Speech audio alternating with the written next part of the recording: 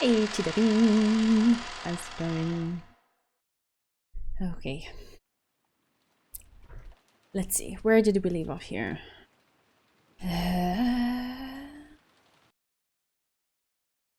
Yeah, Kinzo announcing that. Okay. Okay, now I remember. I'm back on track. Are you ready, kids? No. But you all are ready, so I have no choice but to be ready too. So by extension, I guess. Okay. Yeah, okay. Everything looks good. Sound, all of that. Yeah, let go. The door was forcefully flung open, and Rosa flew in with Maria. Genji-san か誰かいない？誰でもいいの。バスタオルを持ってきて。We're gonna hold your hand through the whole of the earpink, I promise. Okay. Alright, alright. Hey, man. I have some napkins nearby. I hope they will be enough. I have a bit of a collection. Alright. It was already a full-blown typhoon outside, and it was starting to pour down hard. Though she had at least been using an umbrella, Maria had been in the rose garden amid all that wind and rain the whole time. She had grown ice cold. Oh, Chidorin! Oh, thank you for the subscription. It's not it's not required or necessarily needed, but also much appreciated. So thank you, that's so kind. Oh no, don't say that.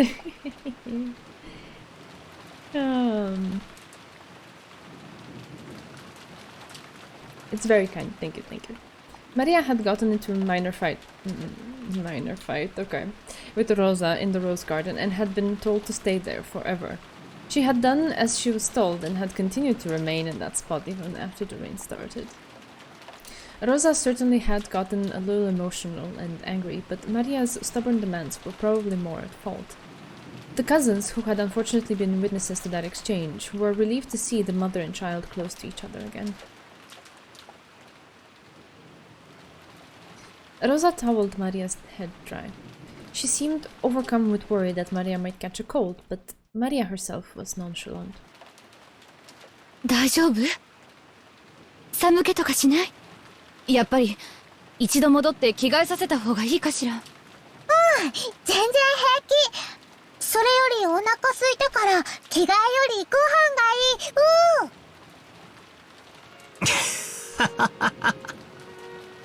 い。大丈夫そうだぜ、ローザおばさん。こんだけ元気ならきっと大丈夫だよ。傘があって本当に良かったよ。Oh man. The thought and feeling is much appreciated, but you don't actually need to do any of that. It's okay. The fact that you come here and you choose to spend this time with me going along this ride with the novel is more than enough and is priceless. So I appreciate that as well. ひょっとしたらずぶ濡れかもしれないと思ってたからね。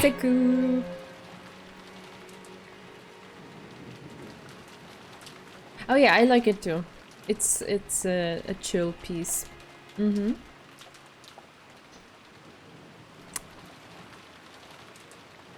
Hey Iris Moth, how's it going? I was checking to see which reply exactly you were agreeing to. Okay. Again, the thought is amazing and more than enough. Thank you.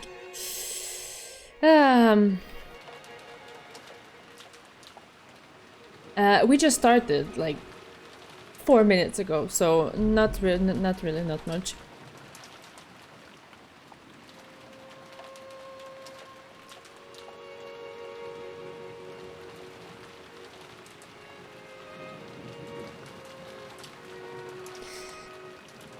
They're on a plane to Romania as we speak. Oh lord. Send us any and all Umineko merch within your vicinity. Also, hello streamer. Oh, That's sweet. Again, the thought is sweet. I appreciate it. Also, hi, thought staters. Hope everything is alright. Okay. About Maria and the umbrella. Okay. 傘を持ってたのは不幸中の幸いだったよ。でもよマリア、いくら傘があってもこんな大雨になったらちゃんと雨宿りしなきゃダメだぜ。女の子は体を冷やしちゃ絶対にいけない。いいのよジェシカちゃん。ママがそこにずっといなさいと言ったのが悪いの。本当にごめんね。本当にごめんね。Oh. She's admitting it in front of everybody else, too. That's interesting.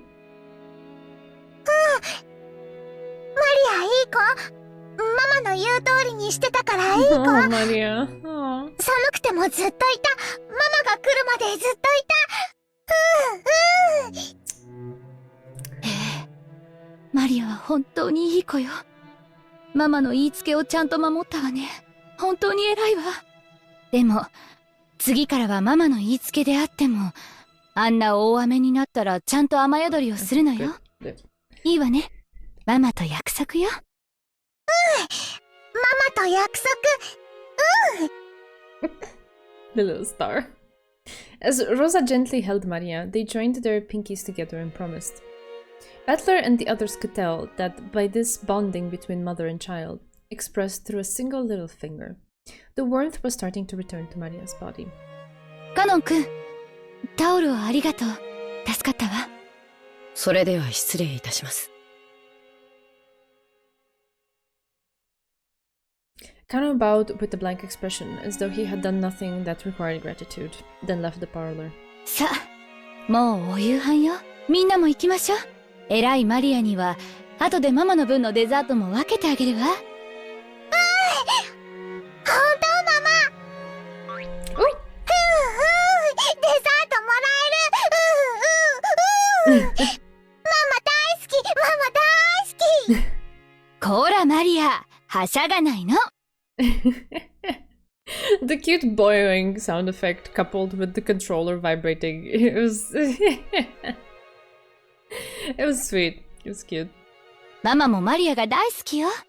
マリア大好き。マリア大好き。マリアもママ大好き。ママ大好き。うーうーうーうー。Oh, surprise! Okay, I'm surprised even more. She's oohing as well. Rosa and Maria looked really happy together. Even the cousins watching started to feel a somehow familiar warmth filling up their chests. このくらいの年頃が親と一番仲がいいのかもしれねえな。うちはそうでもなかったぜ。I don't know. For me, it was like past 25. 母さんとかいっつも勉強勉強とうるさかったな。Like, when you get more into the adult phase of your life and they no longer feel responsible for educating and disciplining you, I feel like that's when you actually start to have a better relationship with your parents. Maria's oohs are infectious. I may have done it once or twice IRL. Oh! 子供を愛していればこそだ They よ。 are indeed, though. 親の愛は優しさや甘やかしだけじゃないんだよ。僕の母さんも厳しかったけど、僕を大事に思ってくれたからこそだって今ならわかるよ。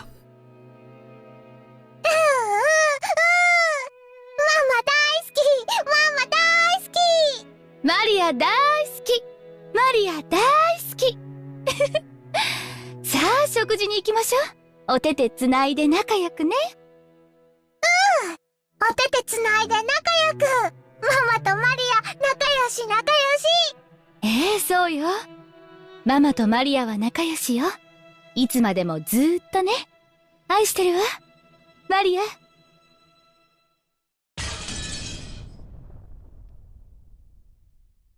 Okay.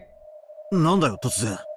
Snapping back to me. Yeah, I'm like, どうした？ The sudden sound had come from the teacup Gretel had been holding, which had fallen and smashed. ごめんなさい。ぼんやりしてたわ。落としちゃってごめんなさい。The cup on the floor was broken into tiny pieces. Would it really have made such a sound and smashed into so many pieces just by being dropped from that height? No, definitely she felt something there. Even someone as obtuse as Battler could realize that she was in a bad mood over something. But he couldn't understand why she had suddenly grown so displeased. When she made to bend over and pick up the pieces of the cup, Ronoe appeared out of nowhere and stopped her. お怪我をなさいますよ。お片付けは私どもにお任せを。紅茶のおかわりをお持ちしましょうか。いらないわ。どうも悪魔の紅茶は口に合わないみたい。ほう。ロノウェの紅茶でも口に合わぬものがおったとは。そなたの肥えた舌には敬意を表するぞ。退屈してきたんで、ちょっと Sarcasm. 席を外すわ。退屈？おいおい、いよいよこれからだろうが。多分、この時点でマリアはまた、傘と手紙をベアトリーチから受け取ってるって言い出すんだぜ。ここからが重要だってのに。失礼するわ。ごめんなさいね。後片付けをお願い。お任せを。Without saying anything else, Gretel disappeared of her own accord. Her form literally melted and disappeared into thin air. There had definitely been a displeased expression on her face. But neither Battler nor Ronoe, nor of course Bato either, could understand why her mood was so suddenly worsened. I mean, even for me, even though maybe this is a way of interaction, I don't know, a direction in which the interaction between Maria and Rosa going that maybe would have made me happier if I had seen it in the beginning, but having all of the background, this feels out of place somehow. Like, I don't know. I don't know. Okay, let's see. Wait, did I read all of that? Yeah, okay, I read that. All that remained was the fragrance of the black tea she had spilled.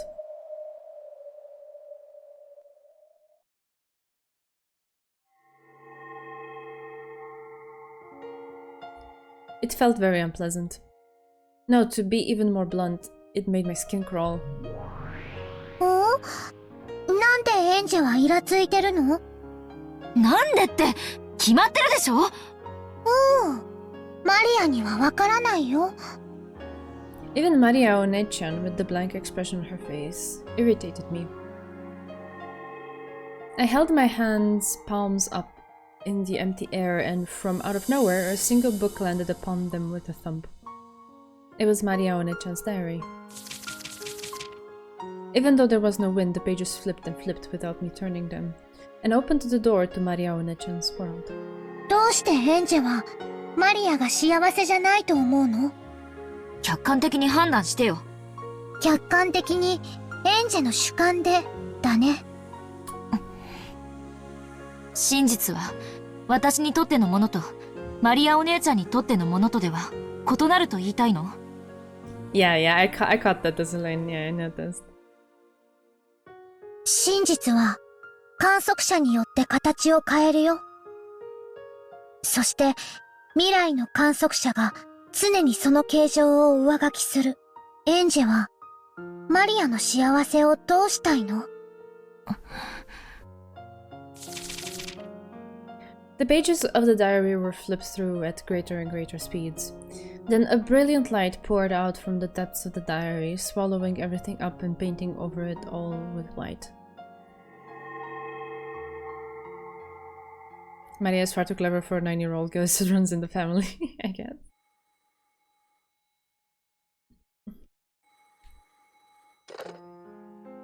ごめんね、マリア。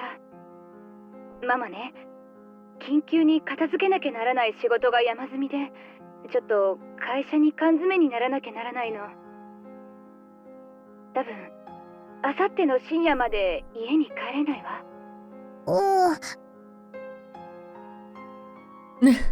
Yeah. I didn't reading it I don't know, it felt like the phrasing was a bit odd. But if you're emphasizing it, that I guess, yeah. And I stopped to think about it, yeah. じゃあ、日曜日の一緒に映画を見に行く約束は？映画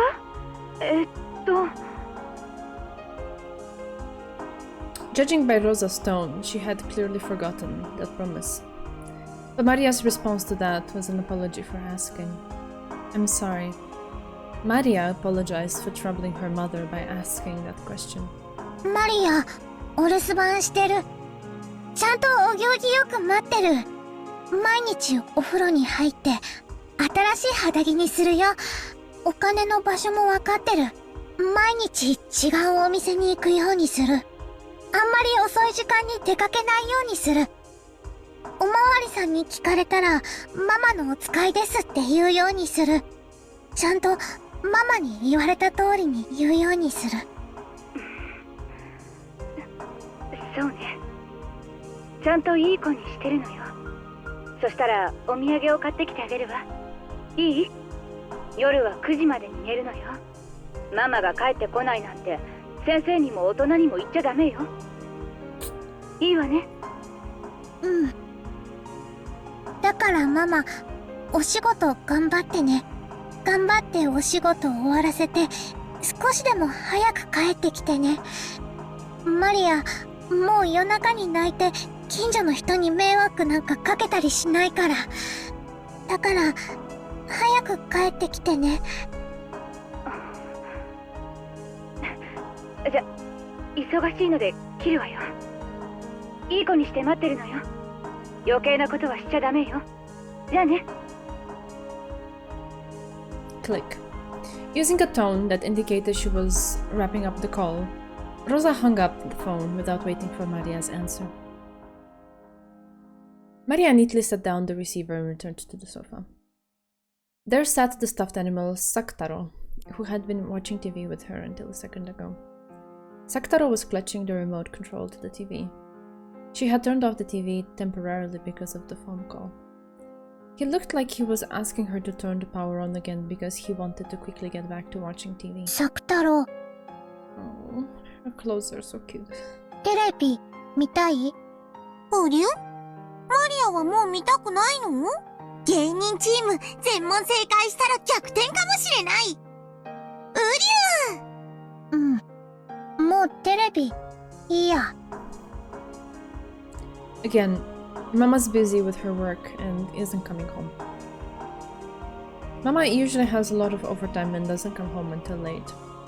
She has to socialize or something for work, so she comes home having drunk a lot of alcohol even though she can't handle it. And with a pale face, she goes straight into the shower and then to bed. And even on the weekends, she says she has overtime or has to stay over and almost never comes home. This has been happening often recently, saying she has a big job lined up or something. The picture I did my best on during art class got laughed at by everyone, but I wanted Mama to look at it properly at least. But once again, I won't be able to show her. And talk about the time when everyone pushed the cleanup onto me, but I did my best by myself and got praised by the teacher. And talk about when I went shopping and the man at the shop said he's always impressed by me and gave me a free can of coffee. And there's the card I wrote and secretly hid under Mama's pillow because I wanted to encourage her when she comes home from working so hard. 他にもいっぱいお話ししたかった。ママはお仕事をいっぱい頑張ってくれてるんだよ。毎日のご飯のために一生懸命働いてくれてるんだよ。お仕事、やだ。ママ、お仕事なんかやめちゃえ。お仕事は大人の大切な仕事なんだよ。マリアにご飯を食べさせて、お洋服を買って、学校の給食費を払って、サマーキャンプの積立金を払って、それはみんなママが働いてお金を稼いでくれるからなんだよ。ご飯いらない。お洋服もいらない。給食もいらないし、サマーキャンプなんか行きたくない。どうせマリアをどこの班も混ぜてくれないもん。ウリュウ、ママはさっき電話でお仕事から帰ってきたらお土産を買ってきてくれるって約束してくれたよ。ママはマリアのことが大事で寂しくさせてることを申し訳ないと思ってるから、そういう約束をしてくれたんだと思うよ。そうかな。ウリュウ、めんどくさかったり嫌だったりしたらそんなことはしないもん。ママだってマリアのそばにいつだっていたいんだよ。それができなくてママも辛くて悲しい。ママが泣きながらずっとマリアの隣にいて夜を過ごしてくれた日を僕は覚えてるよ。なんでママが泣いてるのかわからなかったけど、悲しむママが悲しくて、ただマリアは黙ってママのそばにいることしかできなかった。あの時最後にママが言ったの僕は覚えてるよ。マリアにありがとうって言った。ただそばにいてくれるだけでマリアだけが世界でただ一人の味方なんだよってママは言ってくれた。ウリュウ、覚えてる？マリアが世界でただ一人の味方なんだよってママ言った。Saktaro set the remote on the table, crawled up onto the sofa, sat on my lap and spoke to me while gazing into my ママ eyes. もきっとマリアと同じなんだよ。ママの描いたデザインだけがクライアントに笑われて、ママの会社だけが他の会社から面倒な仕事を押し付けられて、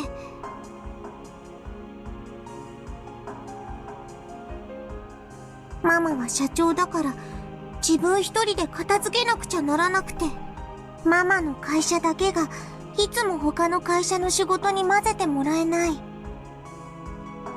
ママの味方はマリアだけなんだよ。そのマリアがママにお仕事なんかやめちゃえなんて言ったら、ママの味方は世界中のどこにいるの？サク太郎。僕には世界中でただ一人マリアがいる。ママには世界中でただ一人マリアがいる。マリアにはママもいるし、サク太郎もいる。だからマリアは寂しくなんかない。ウリュウ！ママはお仕事が忙しいから、なかなかマリアと一緒にいられないけど、マリアはどうかそれを責めないで。その代わり、僕はいつも一緒に、そしていつまでも一緒にマリアのそばにいるから、ウリュウ。僕が一緒じゃ、悲しみを止められない？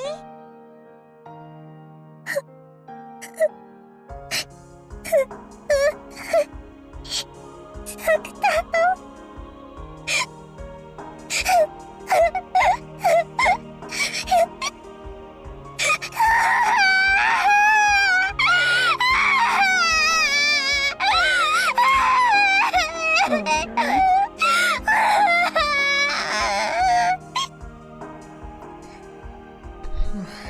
From the holes in Maria's heart, which she had been doing her best to seal up, drops of sadness finally dripped down. Drip, drip, plop, plop. Sniff, sniff, drip, drip, plop, plop. Even though weekends where Mama doesn't come home aren't that rare a thing, even though this night wasn't especially more painful or sad than any other, Maria's tears poured down.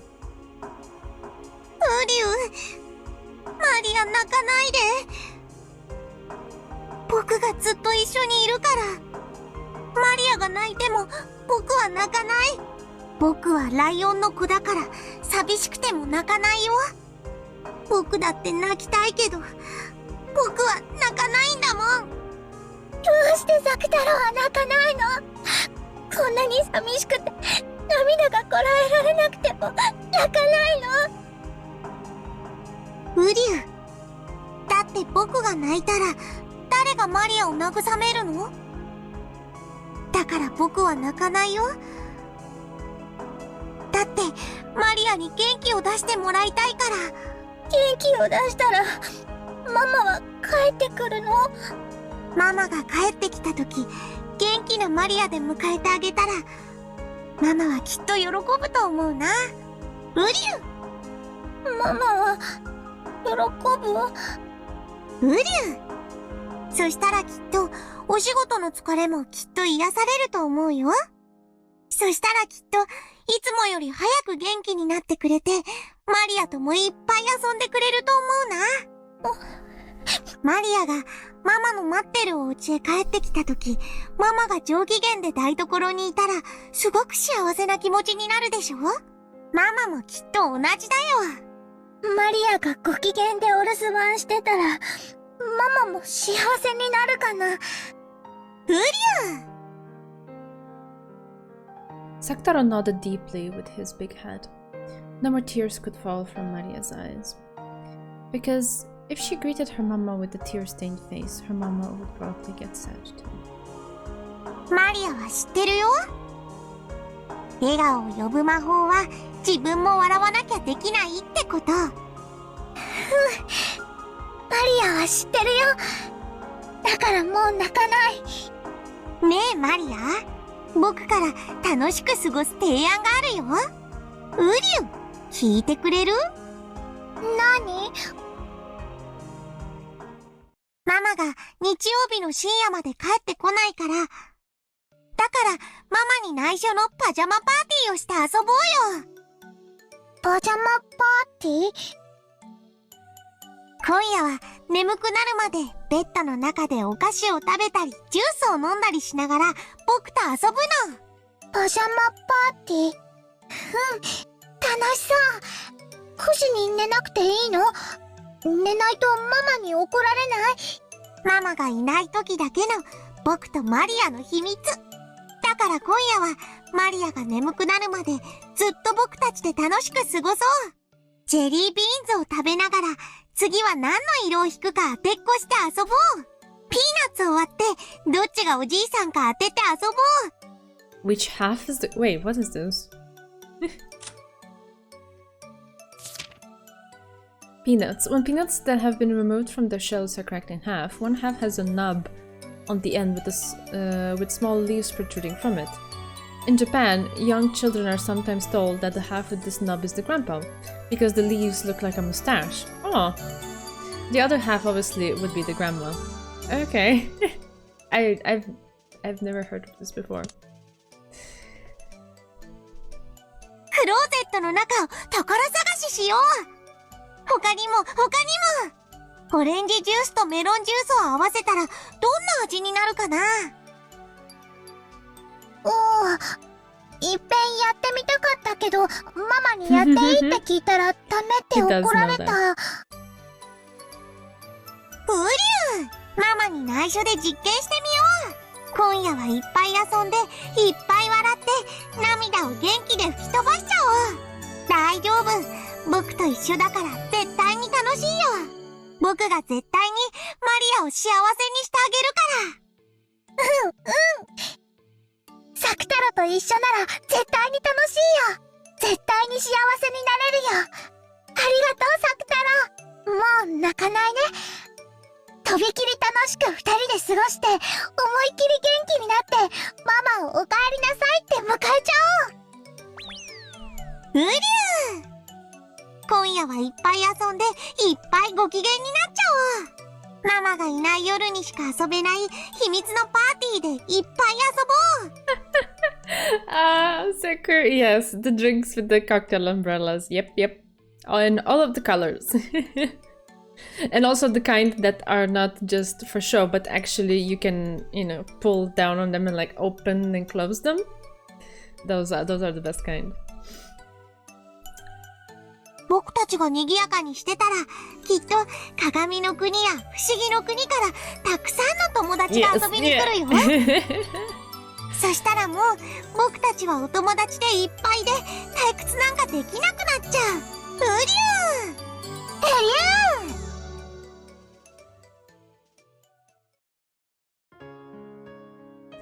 And then I started my pajama party with Saktaro. I had fun until late into the night. I played by sticking my hand into the bag of jelly beans without looking, and trying to guess which color I would pull out. Saktaro had a good intuition and got it right a lot. Partway through, I also achieved the brilliant feat of guessing right 4 times in a row. The game where I split peanuts open and tried to guess which half would be the grandpa was easier than guessing the color of the jelly beans, so I got it right a lot. Sucking my salt-covered fingers was bad manners, but that was the yummiest part. I know, right? I like both orange juice and melon soda on their own. I hope that by mixing those 2 favorite drinks, there might be a flash of light like alchemy, and a new drink that no one had ever tasted before would be created. I got excited about how, if it turned out really delicious, I'd call it Saktaro Soda and sell it. Aww! But unexpectedly, it had a weird and disappointing taste. And the color was somewhat dull and boring. Maybe I shouldn't have been surprised that orange and green mixed together would make this. Oh yeah, yeah. Too bad. I imagined that it would become a sparkling pineapple color. But it was an awesome fun night. If I'm having this much fun, maybe Mama will start wanting to come home too, and unexpectedly appear at the front door. Aww. So I got the feeling that Mama might suddenly come home, and went to the front door many times to check, but there was no way Mama would be able to come home when she was this busy with work. But rather than a feeling of loneliness, I felt just a little disappointed that I couldn't invite Mama to join in on such a fun late-night party. Next time, I'll do this when Mama is around, and let her join in. Even some things that I don't think are yummy, Mama says are delicious. So she might say that Saktaro Soda is really yummy. When Mama comes back tired, I'll serve her some. And more than anything, I wanted to at least write about this fun night in a letter and tell Mama about it. Hoping that these strong feelings of happiness would reach Mama too. Hoping that when Mama comes home exhausted from her job, which is always so tough for her, I could share this happiness with her. Hoping that when Mama comes home late Sunday night, almost certainly tired, I could make her even just a little brighter by sharing this happiness. I softly placed that letter on Mama's desk. To Mama. Good job with your work again today. Some of my happiness for you to share. From Maria. Then I decided to give a present to Saktaro for proposing this wonderful night. A small red scarf that I had found when searching for treasure in my closet. When Maria was still very young, her mama had knitted this tiny red scarf for her. Maria was embroidered on it with knitting wool. Oh, that's so nice. She softly wrapped the scarf around Saktaro. It really suited him, accenting his yellow with red very well. Uryu. Niyau? Yeah, it looks really good. Saktaro looked embarrassed as he wore his first present ever. Yeah, it really suits him. サクタロ、いつも本当にありがとう。こんなにも楽しい夜になったよ。どうしてマリアは泣いてたのか、もう思い出せないくらい。これからも一緒にいようね。そしていつも楽しく遊んで笑っていようね。うりゅう。マリア、大好き。マリアもだよ。サクタロ大好き。After playing so wildly, my room was a mess. Maybe I played a little too much. But I'm tired for today, so let's sleep together now. And tomorrow we'll clean up together and welcome Mama with a clean room. Okay, Saktaro? ね、マリアは、マリアとサクタロはこんなにも幸せだよ。これがマリアお姉ちゃんの幸せなの？うん。マリアは幸せ。ローザおばさんはあんなにも楽しみにして絶対だよと約束した映画の約束を完全に忘れてた。お仕事で忙しかったから、たまたま忘れちゃったんだよ。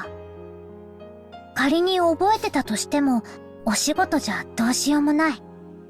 覚えてても覚えてなくても、どちらにせよ、ママはお仕事でお泊まり。映画には行けなかった。約束を覚えてたかどうかなんて、些細な問題だよ。There's no way that's insignificant. After all, when Aunt Rosa replied, the movies on the phone, it was obvious that she had completely forgotten her promise. And when she heard that, Maria Onechan's mood definitely darkened. 確かに、マリアお姉ちゃんの言う通り、ローザおばさんが約束を覚えていたとしても、結局映画には行けなかった。でも、それでも、お母さんとのささやかな休日を過ごす約束を一方的に忘れられていたなんて、悲しい。私なら怒る。うん。悲しかったよ。たとえ覚えててくれたとしても、映画には行けなかったわけだから。でも、私はその後、サクタロととても楽しく夜を過ごした。エンジェもパジャマパーティーがすっごく楽しそうだって思ったはず。楽しいわけなんかない。だって、この夜のマリアお姉ちゃんのはしゃぎぶりは、お母さんが帰ってこなくて寂しくて、それを忘れるためにわざと空騒ぎをしただけじゃない。違うよ。サクタロと本当に楽しくパーティーをしたんだよ。いいえ、違う。お姉ちゃんは悲しくて約束を忘れてたお母さんが憎くて部屋で暴れただけじゃない。そんなこと、マリアの日記のどこに書いてあったの？書いてはいない。でも、この一行飛ばしで書いてある行間からお姉ちゃんの気持ちがわかるの。お姉ちゃんはこの夜を楽しくなんか過ごさなかった。それで言いつけを破って夜更かしをし、おやつの時間以外には食べてはいけないと厳しく言われていたルールを破ってお菓子を食べ、それでも悲しみが埋められなくて部屋の中で暴れて散らかしただけじゃない。そして部屋中を散らかして疲れ切って、そのままベッドのシーツをかきむしりながら泣き疲れて眠っただけ。日記には確かにママが映画の約束を忘れてたらしいこと、そして私が夜更かしをしてサクタロとパジャマパーティーをして宝探しで部屋を散らかしてしまったと書かれてるね。ええ、それはつまりそういうことじゃない。マリアお姉ちゃんはローザおばさんの愛に飢えていた。そしてローザおばさんは自分の仕事や世間体ばかりを優先していつもお姉ちゃんを後回しにしていた。だから虫唾が走るのよ。ローザおばさんのお姉ちゃんのことを愛しているという言葉がどれほど上辺だけのものか知っているから。お姉ちゃんだって知ってるはずなのに、なんで自分は幸せだなんて言えるの？マリアお姉ちゃんのそのあたりが私にはわからない。この年になってもさっぱり理解できない。どうして悲しくないの？どうして不幸な現実を知りながら自分は幸せだなんて言えるの？私にはできない。わからない。エンジェは悲しい子だね。わけわかんない。どうして私が哀れまれなければならないの？私の日記にはこんなにも楽しくパジャマパーティーの事実が記されているのに、同じ事実も異なる人間が観測すると異なる姿になってしまうんだね。I remember talking about this with Berncastle. Truth is indeterminate and changes its form every time it's observed. By the way it's perceived, in other words, depending on the person who perceives it, a single truth becomes different truths. And truths of the past are painted over by truths of the future. マリアはこの日記でこの夜の出来事をとても楽しかったと記した。マリアお姉ちゃんはこの夜の出来事をとても幸せだったと記述した。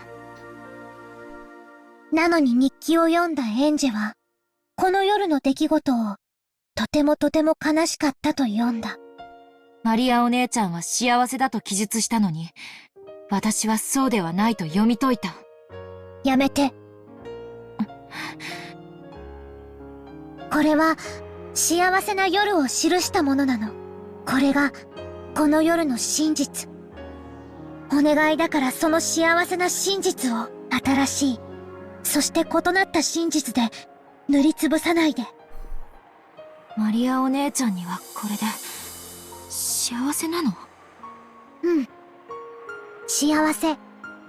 だから同じ境遇の時、幸せに感じられないエンジェがかわいそう。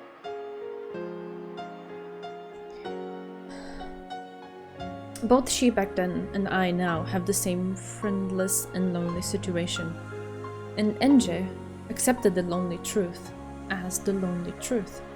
But she painted over the lonely truth with a happy truth. Ushiromiya Maria took the sad truth and changed it into happiness.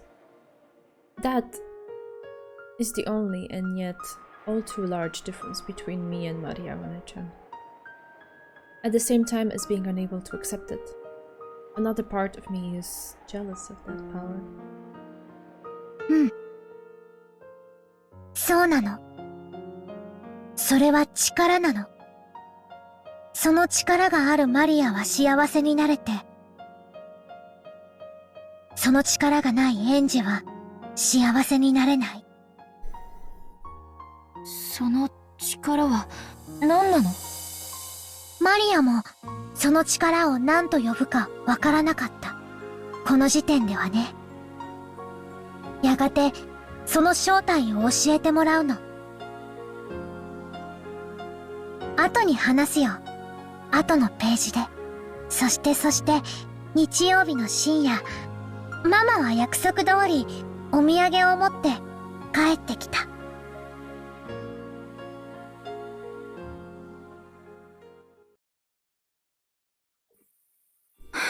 ただいま。ママ、おかえりー。うりゅう。ママ帰ってきた。ママ帰ってきた。Waiting to greet Rosa as she returned home all tired out, was Maria holding Saktaro in an unbelievably good mood.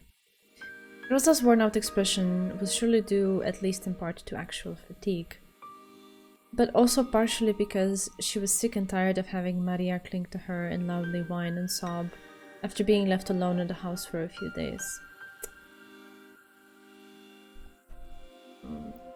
However, when she was welcomed by an unbelievably happy Maria and discovered unbelievably that her fears had been unfounded, Rosa couldn't hide her surprise. Chapter 4 really hurts, yeah. I don't know, I'm shaking inside in a way. That scene is when Umineko speaks, in my opinion. I still think about it months after reading it. Do you want to stop here and talk about it, or should I go a bit longer? When is a good moment? You let me know.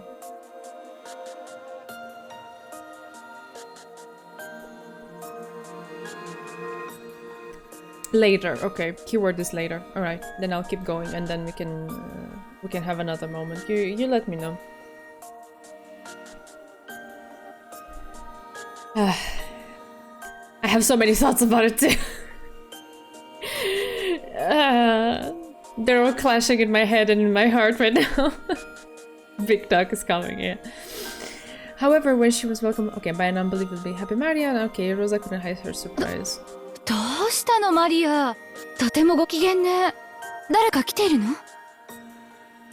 It was strange enough to make Rosa think that a friend might have come over, and that she had come back home in the middle of them having a good time playing together. But there were no other shoes by the entrance. Even though Maria was in such high spirits, she was home alone. At first, Rosa was suspicious that this unexpectedly good mood might have some kind of unwelcome underlying cause. But that really was a needless fear, and it really did seem to be that Maria had actually stayed at home, in a good mood. Even if Rosa's heart had been as cold and hard as a rock, after being welcomed with a smile like this, Rosa started to honestly accept that smile, and the smile rose to her own face automatically. In that smile, you could see none of the weariness caused by being unable to return home for several days. Maria kept talking about what a fun time she'd had, playing with the stuffed animal Sakutaro. Wall of text being generated in our heads as we speak. I have no doubt. Rosa really hadn't imagined that the stuffed animal she'd gifted her would be liked so much, and she couldn't hide her pleasant surprise. そう。作太郎と一緒に仲良くお留守番していたのね。偉いわ、マリア。そんな偉いマリアと作太郎にお土産があるわよ。お土産、お土産。なんだろうね。Maria started jumping around with Sakutaro. There were 2 presents. One was a Western cake assortment. It contained different kinds of Scotch cakes. It looked to be of very high quality, but Maria was more interested in the other one. The other one was an even bigger box, and it was pretty heavy. 開けてごらん。マリアと作太郎の新しいお友達になれるかもね。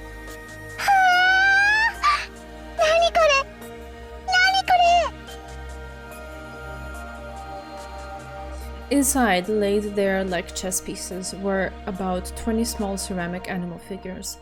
Squirrels, rabbits, small birds, dogs, and cats. And they were all holding musical instruments. Oh no, I don't feel any pressure. It's okay. Thank you for taking care of me, but I'm actually quite alright. I was overly worried about this. This is fine. If this is the moment you were referencing earlier today in Discord, I'm good. In addition to them, there was also a panorama-style background. A forest scene was drawn on it. Little woodland animals were all gathered around the forest clearing, and they looked like they were having a good time. Rosa set it up on the table, and when she then lined up the ceramic figures like chess pieces in front of it. I don't know. Oh god, come on, don't do that to me.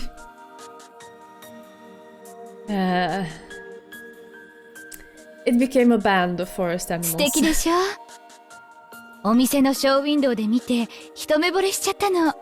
これをいい子でお留守番してたマリアにプレゼントするわ。ありがとう、ママ。すごいね、作太郎。お友達がこんなに増えちゃったね。作太郎の言う通りだった。楽しく賑やかに過ごしてたらお友達が増えちゃうって本当だった。ね、言った通りでしょ。ほらね、お友達が増えた。ほらね、お友達が増えた。うりゅー。Relieved that her gifts had been appreciated, Rosa suddenly remembered that she was filled with several days of weariness. ママ、本当にお疲れ様。シャワー浴びてくるといいよ。あったかいの浴びるときっと疲れが取れるよ。湯船にする？マリアが今日は入浴剤を選んであげるね。ありがとう。でも、もう遅いから、マリアは寝る支度をなさい。ママも疲れたから、シャワーだけ浴びてすぐ寝るわ。明日も早いし。わかった。はい、ママ。コート脱がしてあげる。大丈夫だってば。ありがとう。ママのコート、お外の匂いがいっぱいする。あ、ごめん。何か落とした。拾うね。When she had taken Rosa's coat, a receipt or ticket stub or something had fallen out. It had been in her mama's pocket, so it was probably important. Maria hurriedly picked it up. It looked like a ticket for a green car or the Shinkansen or something. Atami? Maybe it's that place famous for its hot springs? Oh no. Just then, a razor-sharp sound shattered the warm atmosphere. Instead of the Rosa who had been there just a second ago, enjoying a gift with her daughter and full of weariness after returning home, for the first time in several days, there stood a completely different person who looked exactly the same, but had the most terrible of expressions on her face.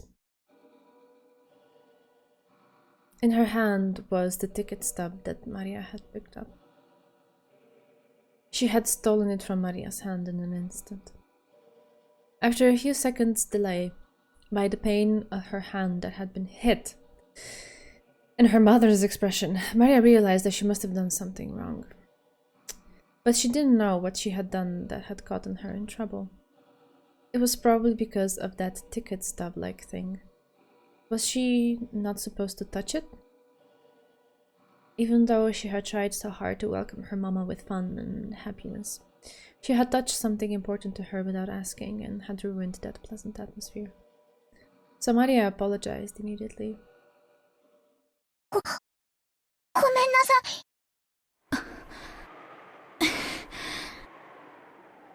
Even though she must have heard those words of apology, Rosa's expression actually darkened. Maybe those words had been undesired. Maria didn't know what to do and cautiously watched to see how her mother would act. Then, even though it should have been such an important ticket stub, Rosa crushed it up and hurried off to her room. Maria didn't really understand what she had done wrong. マリア、きっと余計なことをしたんだね。あの紙はきっとママのお仕事の大切なものだったんだね。それに勝手に触っちゃったから。ウリュウ、マリアは悪くないよ。だから今夜だってこんなにも幸せ。幸せ。ママだってお風呂に入ってすっきりしたらいつもの優しいママに戻ってくれるよ。だから気にしちゃダメ。ウリュウ。そうだね。ママだって疲れてるんだもんね。気にしちゃダメだね。今夜だってマリアたちはこんなにも幸せ。ウリュウ。もうやめてよ。見てられない。エンジェは幸せの見つけ方が間違ってると思うよ。間違ってるのはお姉ちゃんでしょ。これのどこが幸せだってのよ。もう痛々しくて見てられない。何が？ママが急に怒り出したこと？人間疲れていればそういうこともあるものだよ。一時の感情のすれ違いだけで相手を全否定するのってエンジは大人じゃないと思うよ。9歳のマリアお姉ちゃんに言われるとはね。でもそんなことじゃないでしょ。問題なのはお姉ちゃんが拾ったあの半券、明らかにおかしいじゃない。何が？何もおかしくないし、今夜の幸せと何も関係ないよ。ローザおばさんは仕事で会社に泊まり込むって電話してきたんでしょ。なんで熱海？それって旅行でしょ。マリアお姉ちゃんを置き去りにして旅行に行ってたってことでしょ。しかも普通旅行って言ったら一人では。あれが仮に熱海行きの件だったとしても、だからってママが嘘をついて旅行に行った証拠にはならないよ。電話で嘘をついてあんなにも形相変えて奪い取って何よりの証拠じゃない。昔の仕事で出張した時のものかもしれないよ。あるいはゴミか何かをたまたまポケットに入れちゃっただけかも。部下の人が出張した時の領収書かもしれないね。だったら仕事の大切なもの、おもちゃじゃないんだからママが取り上げたのも頷けるよ。エンジェの言う証拠なんて単なる状況証拠、想像と妄想。どうしてマリアとママの仲が悪くなるように解釈するのかわからないよ。どうしてお姉ちゃんがそこまでローザおばさんの都合がいいように解釈できるかの方がわからない。やっぱりエンジェはかわいそうな子。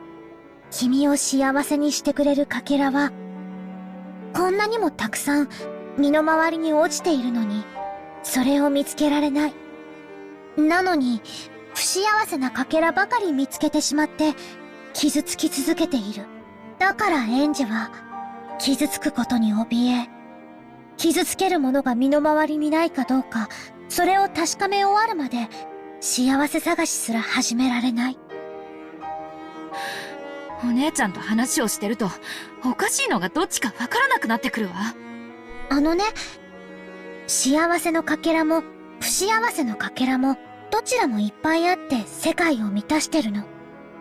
だから身近の幸せが見つけられない人はどこまで探しに行っても見つけられない。チルチルとミチルが青い鳥を探したみたいに。そうね。そういう教訓の話だった。エンジェはその正反対。不幸せなかけらが全くない世界を探してる。でもそれだって青い鳥と同じなんだよ。だから永遠にエンジェは自分の幸せを見つけられない。バトラはヘンゼルなの？青い鳥なんじゃないの？もういい加減にして。いずれにせよ、幸せな夜がコートから落ちた一枚の紙切れで台無しになったことはよくわかったわ。怖いね。一枚の紙切れで。なら、幸せを取り戻す力も、一枚の紙切れに宿れるかもしれないよね。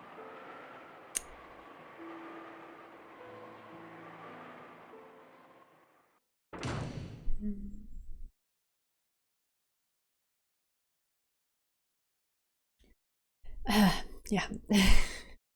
I needed a moment there. Alright. Just when she had finally been able to bond with Maria after so long, Rosa's face twisted with a mixture of anger, sadness, and a fierce self-hatred as she flew into her room and closed the door.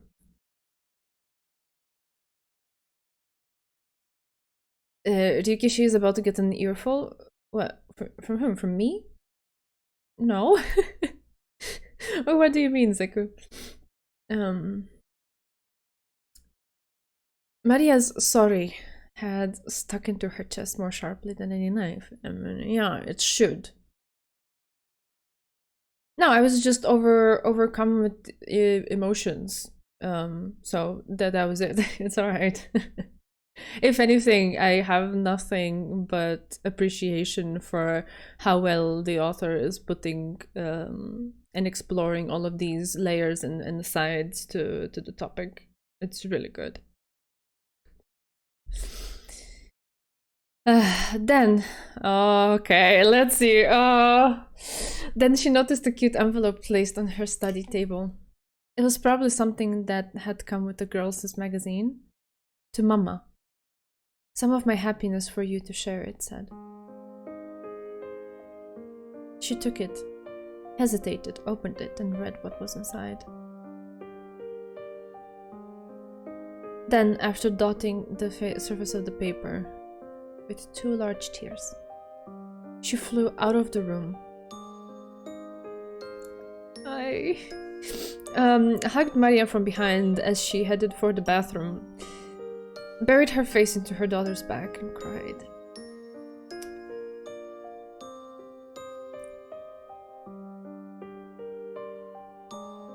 Yeah, so many lines from Maria are hitting really hard tonight.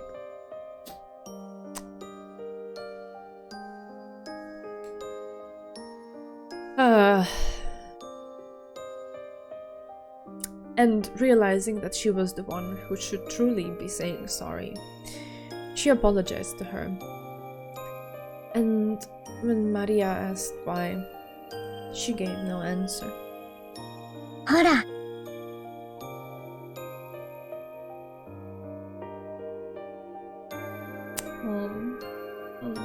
Yeah. I wish I could hug you. もう仲直り。あんなの、ママとマリアの仲良しの前には全然気にすることないんだよ。私には、マリアお姉ちゃんの幸せは、辛すぎる。エンジェの気持ちも一応は理解するよ。マリアだって、この力に気づくまでは、今のエンジェと同じで、不幸なかけらしか見つけられない気の毒な子だったから。その力って何？ Maria's perspective and Inja's perspective are truly interesting things here, and what exactly makes the difference between them. Yeah, we'll comment on those. 私になくて、お姉ちゃんにはある。そして、それがないから私は不幸で、お姉ちゃんは幸福だというの？力という抽象的な表現でしか理解できないそれは、一体どんな力なの？うん。エンジェはそれが知りたいんだよね。だから、私の物語をここまで読み進めてきたんだもんね。もちろんだよ。この力の秘密を。そして私は昔、幼いエンジェにちゃんと教えてあげたんだよ。忘れちゃってる？大丈夫。思い出せるよ。今から私が、彼女が教えてあげる。彼女って誰？わらわがそれをマリアに代わって教えよう。Interesting. How does Beatrice play into this? Okay. No need to thank me. ベアトリーチェ。マリアにはあって、そなたにはない力。うん。マリアにあって、エンジェにない力。That is magic. Maria and Beato said it together. And then they started giggling because they'd said it at the same time. It was an innocent behavior which seemed somehow unlike Beato.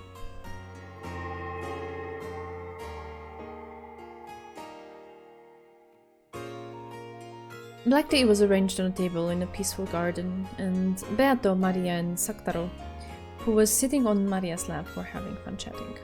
ほう、そうか。作太郎と申すか。そなたの一番の友人とな。ウリュウ、はじめまして、作太郎と申します。おう、作太郎は人見知りするから緊張してるの。大丈夫だよ。ベアトリーチェもマリアの素敵なお友達なんだよ。ウリュウ、マリアの友達は僕も友達？うん。ウリュウ、じゃあ僕もベアトリーチェの友達？ Beatrice and Maria's interactions is what finally endeared me to the Golden Ridge. I don't know if it's gonna have the same effect on me, we'll see. At the moment I'm not very endeared to Beatrice at all, especially after last episode, but it's okay. I'll take this with an open heart. Let's see where the scene goes. And she is indeed very sweet to Maria, most of the time. Suddenly we're introduced to a very different perspective on magic. And yeah, let's see what they do with it. I'm not jumping the gun yet, just curious to see what they do with it. マリアにとっては、このようなことは日常においてよくあることなのか？何が？このように無機物に魔法の魂を込め、生を宿らせることは。Yeah, I know. I'm just expressing how I feel at the moment. そなたの日常においては左半時なのか？ And that just Beatrice having a cute interaction with Maria, which I can, take a bit out of the context of it all and accept that yes, it is cute. It doesn't have the power to turn around the things I feel related to all of her other actions, because it would need more than that for me to change my mind.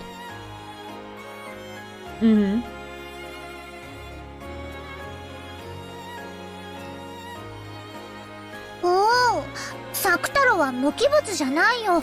ライオンの子だよ。うりゅー。ぬいぐるみはよりしろとして優秀だ。It keeps reminding me of the context. What exactly do you mean? I'm not sure if I'm thinking the same thing as you are when you're asking that question.ゆえに、毒を持たぬ無垢な子供が話しかけることによって、それに応えようとする精霊が宿ることが少なくない。According to Beatrice, when a child plays with dolls, the dolls sometimes gain an actual will and converse with them. In rare cases, even moving on their own. However, the power that they can imbue into such a vessel is very weak due to their innocence. If even a tiny bit of the toxin from a human's common sense gets involved... Interesting, a human common sense is a toxin, okay. and tells them that there's no way a doll can talk or move, it instantly reverts to being an ordinary non-speaking doll.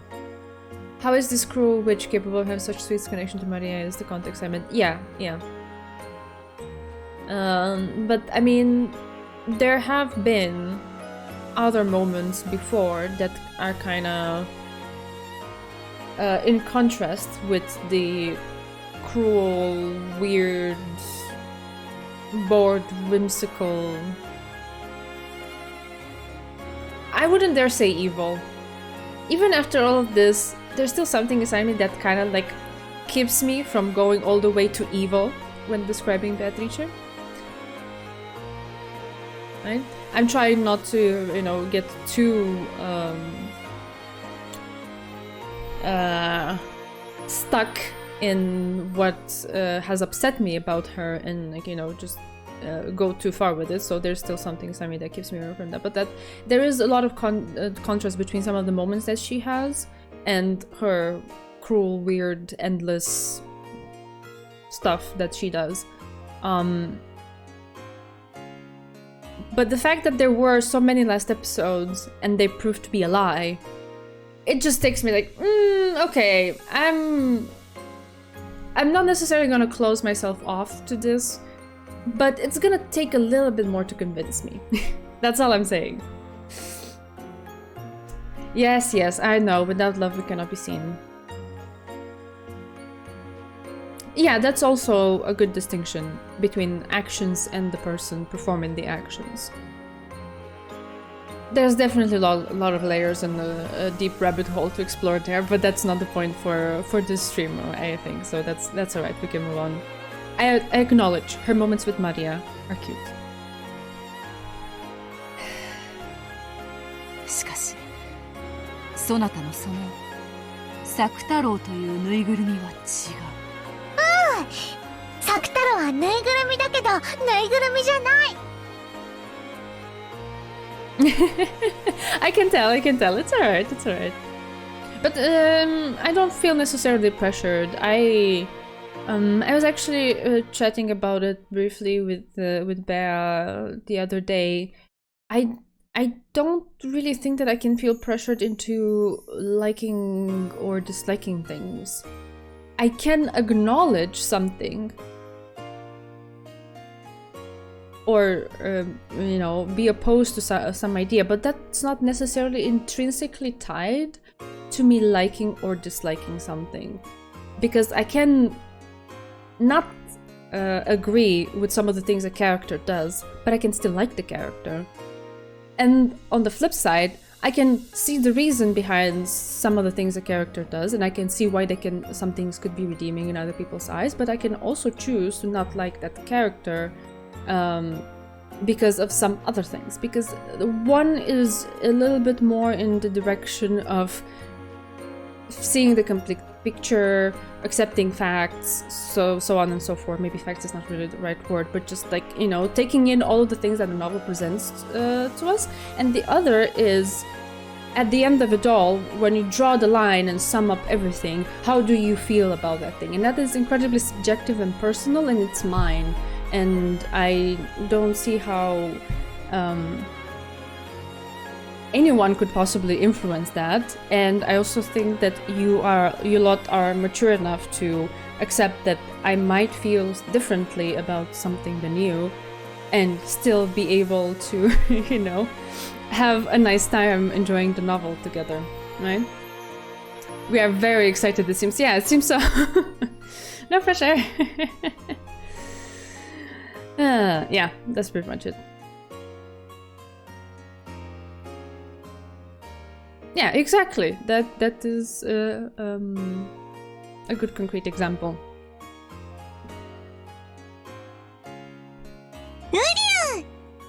ライオンの子サク太郎はライオンの子だけどまだ子供だから時々ガオって言えないの。 Aww. I can't believe you don't think Goda is the best character.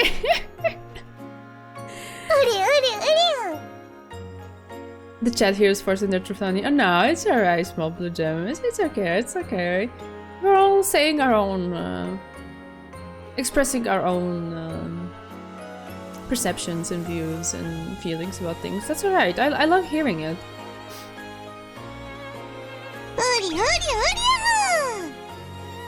Or hearing it. Yeah, reading it. But you know what I mean.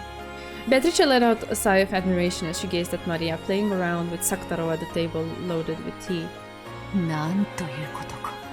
作太郎とやらは、その布地と綿のよりしろを核に、完全に人間界に権限している。Every Umineko character is divisive. There are even plenty of people who dislike Sakutaro. 自らの人格を持ち、召喚者と自在に対話をし、しかも自らの意志で動いている。If I am to put myself, or to try to put myself in the shoes of someone who doesn't like Sakutaro, I can already, without even asking someone why they don't like it, but just by taking in everything that I've seen so far, I can already see where a thread could be formed and a person could arrive to the conclusion that they don't like him for multiple reasons. But just because I can see that doesn't mean that that's exactly how I feel. I can entertain that thought. I can entertain that a line of reasoning. I can accept that someone else went through that and came to a certain conclusion, and at the same time I can build my own and explain which is mine and why I might feel differently about it. And those are things that can coexist, because it's not like any one person in the world is the holder of the absolute truth. And that's actually one of the main points of the conversation we saw earlier, like, what is truth? You know, and then especially when observed by different people with different perceptions, different experiences, there's just a whole different type of prism through which these things get filtered, and in the end the light that's projected outside is different for each and one of us, and that's fine. That's actually how things should be.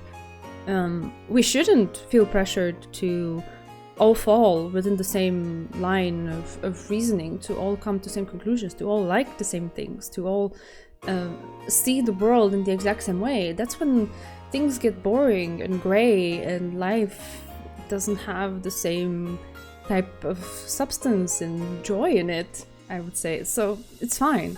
It's all good. He lies to Maria a lot, according to some.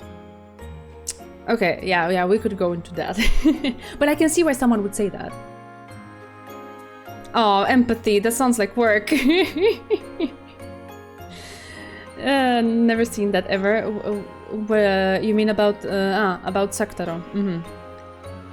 I mean, it doesn't surprise me that there are people out there who might feel that way. It's the internet, you know. It brings us all together and confronts us with things that we never thought might exist, or you know, stances that people take that we couldn't have come to ourselves. That's the whole beauty of it, of coming to interact with diverse people from different backgrounds and with different experiences than your own, because it shows you how the same thing can just have so many other layers and interpretations.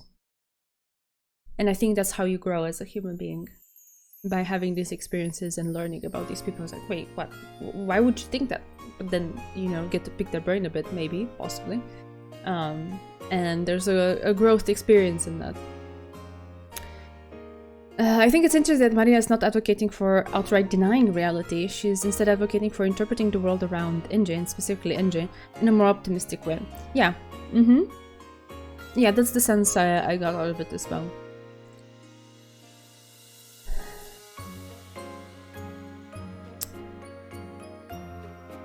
Shikamo, さらに驚くべきは、それが異界の人物を名指しして呼び寄せたものではなく、マリアがゼロの海から生み出したものという点だ。After that, Maria boasted to Beato that Sakutaro wasn't her only friend, and that when she went home, there will be plenty more of them. She claimed that there were other similar stuffed animals and dolls who, like Saktaro, could talk and move of their own will.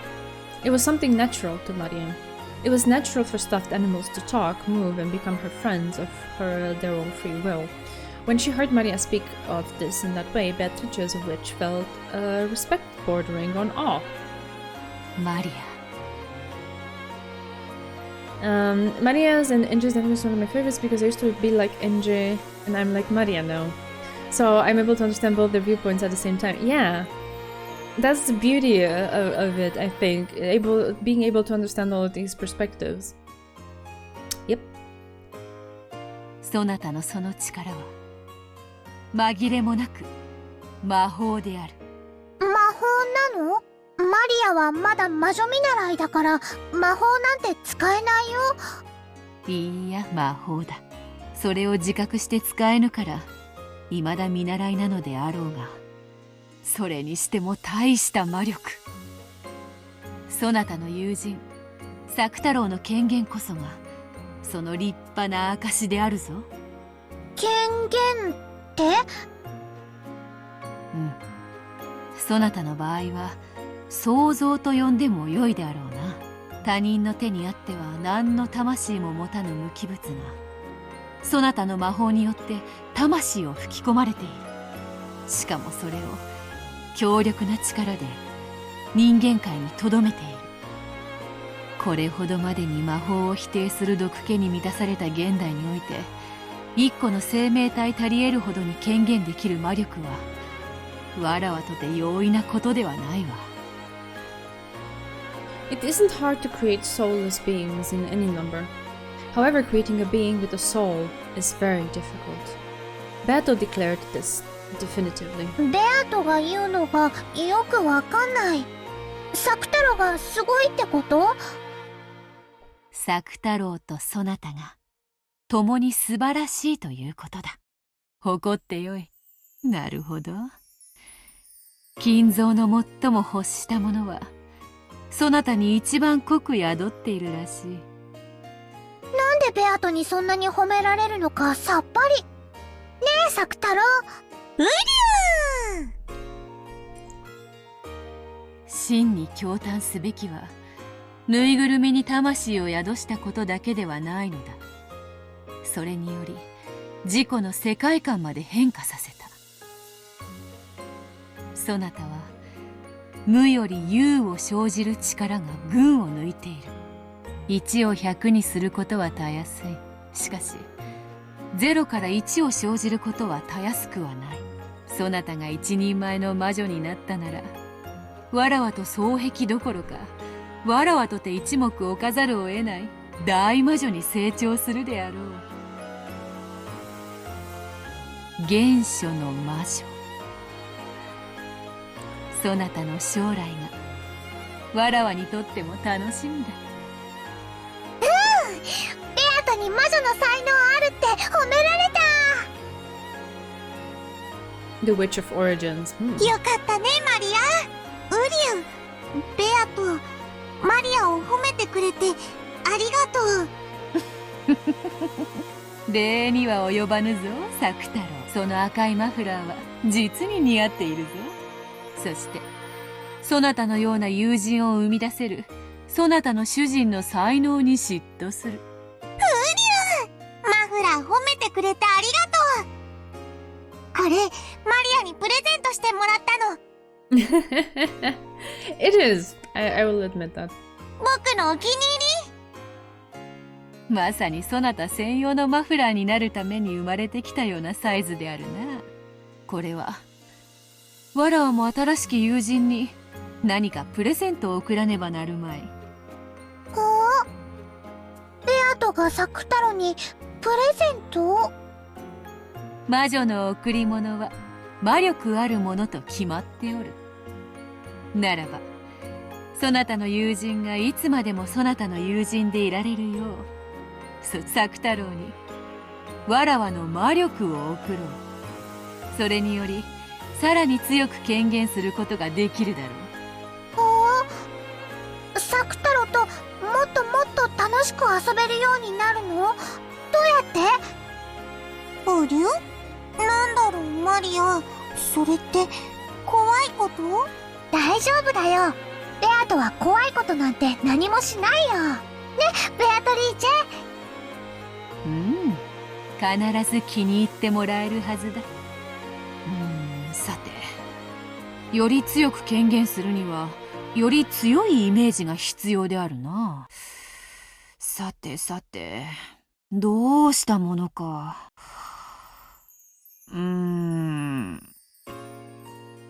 Beato folded her arms and thought about what she could do to please them the most.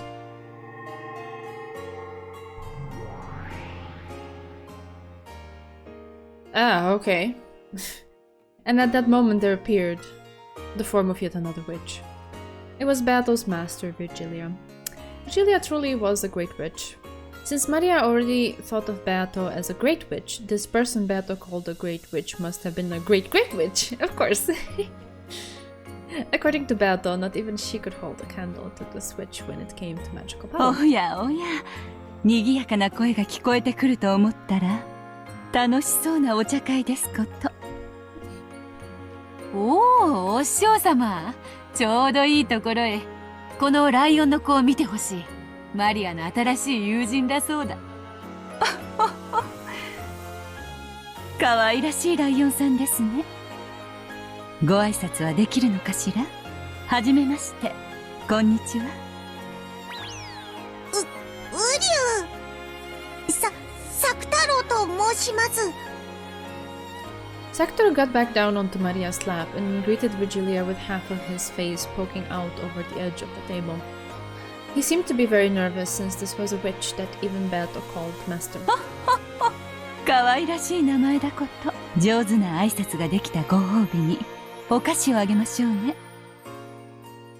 After waving her hands about, Virgilia held the palm of her hand upwards and made a movement as though lightly grasping some of the air.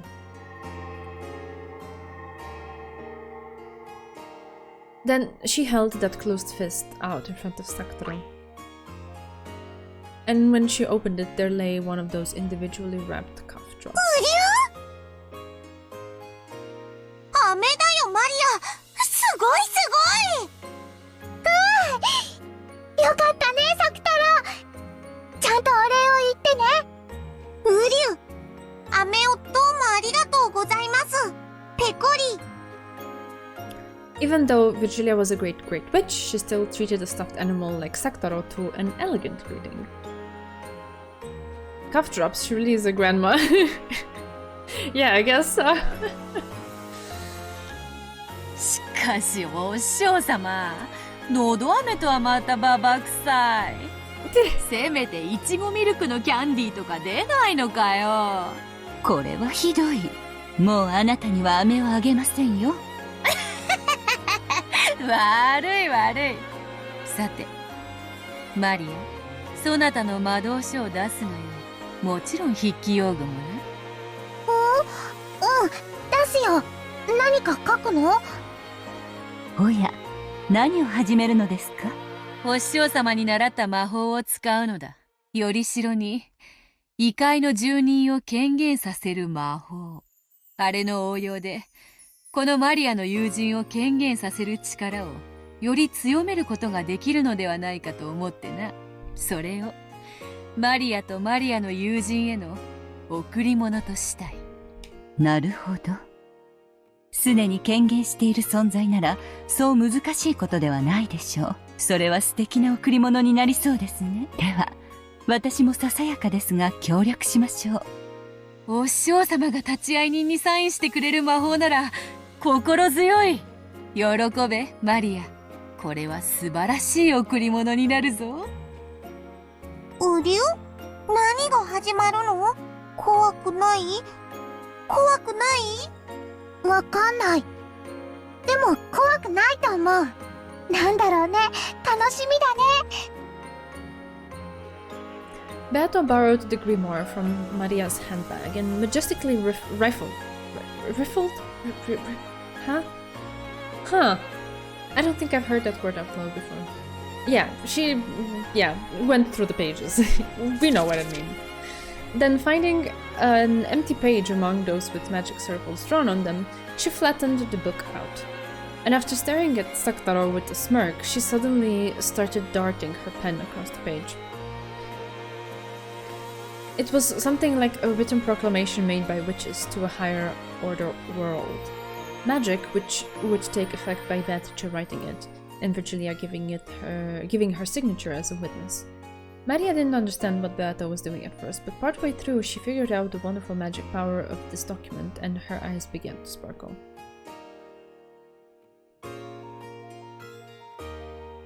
Said like rifle? Right. Okay. Okay. I guess so. I will double check afterwards. I have plenty of words that after stream I go like, let me just hit Google Translate up on this. Not for translating it, but to hit the text-to-speech function of it.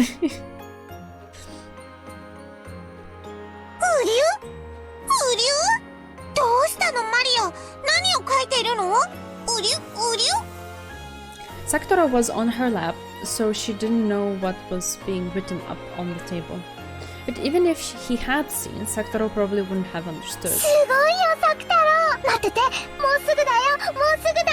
ベアトすごい、ベアトすごい。力ある書面の筆記において、この子の才能は素晴らしい。あなたになら魔界の書記官すら務まりそうですよ。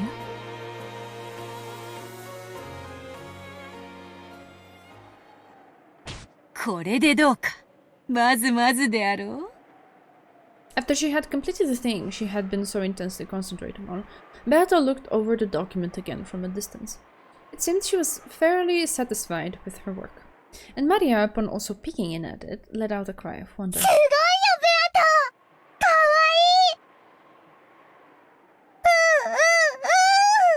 いい。黄金の魔女、ベアトリーチェの名において、マリアの子、サクタロウをここに認める。お師匠様、立会人にサインを頼むぜ。I have no idea what that means. はいはい、我が名において、この宣誓に立ち会い、認めるものなり、できましたよ。Virgilia signed, completing the proclamation. It was a powerful document that proclaimed to the beings of a higher world that Sakutaro had most certainly manifested in the human world. Sakutaro, created by Maria, had received the recommendation of the two witches Beatrice and Virgilia, and in this very moment the higher world had accepted his existence. That was the great magic of manifestation. According to Beato, it was apparently an incredible stroke of luck that Virgilia had been there, because the power residing in the proclamation would change drastically depending on the number and the ranks of the witches signing it. Virgilia in particular had many friends in the higher world, so her signature gave the proclamation a power that which Beatos couldn't even compare. この宣言書により、汝作太郎を自がある一個人と認める。そしてその存在をマリアージュ・ソルシエールの条約に従い、友人として迎える。今より作太郎は我ら共通の友人だ。Alright. それにふさわしき姿を贈り物としてそなたに贈ろう。Oh. 受け取るがよい。With the grimoire still open to the page with the proclamation, she turned it around and handed it to Maria. Maria showed it to Sakutaro on her lap. When Sakutaro beheld that proclamation... Wait, give me a sec to pour some water so I don't spill it. There we go. In his body made of cloth and cotton, he felt something hot and bright begin to dwell. Even as he looked around, nervous at this sensation that he had never felt before, that power strengthened, and eventually a bright light completely swallowed him up.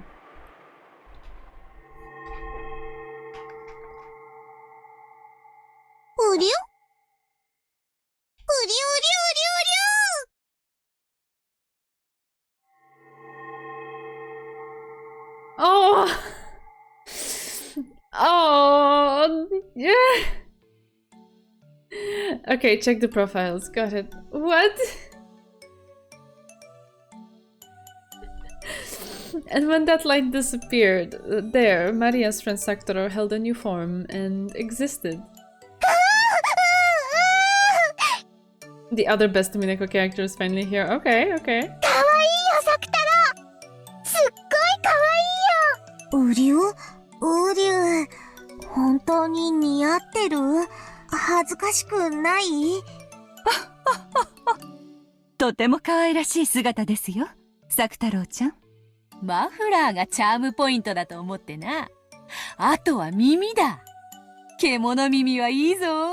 実に可愛い。後でわらわにもかじらせよ。ありがとう、ベアトリーチェ。素敵なプレゼントを本当にありがとう。礼には及ばぬ。そなたの素晴らしき魔法と友人に敬意を表したまでよ。そしてこの域にまで達したそなたはもはや見習いをいつ卒業してもおかしくない。Chidorin doesn't like Sakutaro. 今日よりさらに新しく楽しい魔法を伝授してやろう。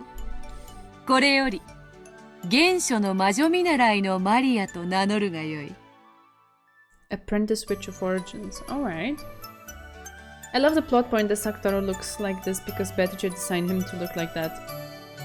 If I speak, I am in big trouble. Aww. Well, at the very minimum, not with me. I don't know about... I cannot vouch for everyone else here. But that's alright. That's alright. 原初の魔女って？うん。造物種の道を求める魔女の称号よ。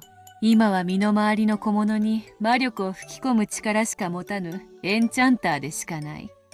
しかし、1000年の修行を経たならば、その胸の内より魔法体系はおろか、銀河を生み出すことも夢ではあるまい。原初の魔女の才能はとても希少。幼き日には誰もが持つのに、誰も持ち続けることができない。Look at his adorable outfit and his fluffy ears, it's revolting. I would be convinced in my heart, not to speak on behalf of Chidorin, but I would think that it's not necessarily the design that is the grievance point, right? There's probably other things. The design is cute. The oversized sleeves and whatever make it even cuter.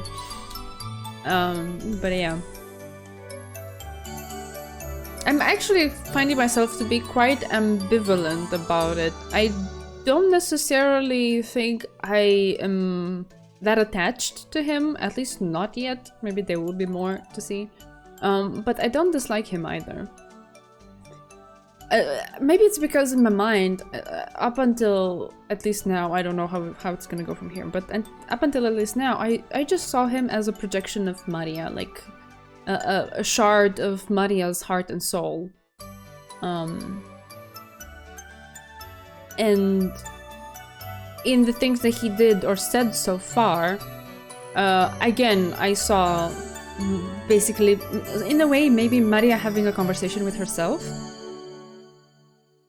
So I just took them both as like one package, and I couldn't necessarily say I lean heavily on a side of liking or disliking him, at least not yet. No, it's okay. It's alright, Chidorin. Like, however you prefer it, it's all good. You are among friends. But also obviously no pressure to say things, so it's alright.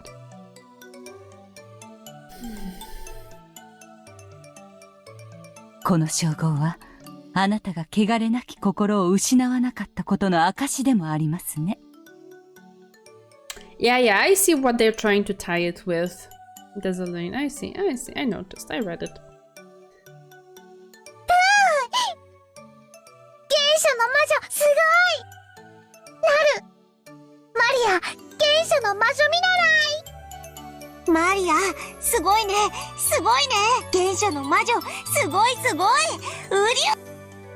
い、やがては一人前の原初の魔女マリア卿を名乗ることになろう。作太郎だけでなく、そろそろそなたもその格にふさわしい身なりをしても良い頃であろうな。それ、見習いとはいえ魔女の名を語るにふさわしき服装を与えよう。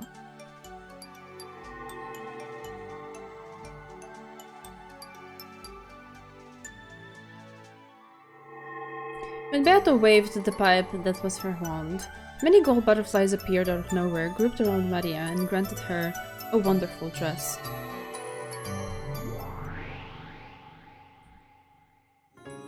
Oh no.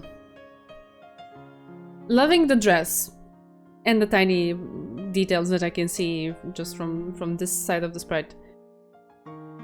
Not liking the thing that is in her hand because it's instantly taking me back to to Evatrice or Eva Beatrice, whatever you want to call it. It's like, no, okay, Maria drip, yeah.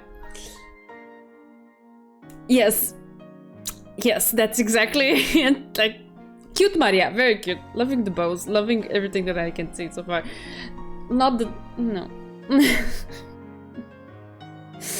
I hope there's just a visual and design related similarity, but not necessarily a direct connection. Please. What can go wrong? Third time's the charm. Oh god. Okay, endowed with both cuteness and majesty, it was indeed a fitting article of clothing for the girl who would eventually take the name of the Witch of Origin. すごいかわいいこのお洋服ママにも見せたい So many frills, yeah. Very cute. 魔女の清掃はみだりに見せてはならぬぞ。もったいぶった方が価値が出るというもの。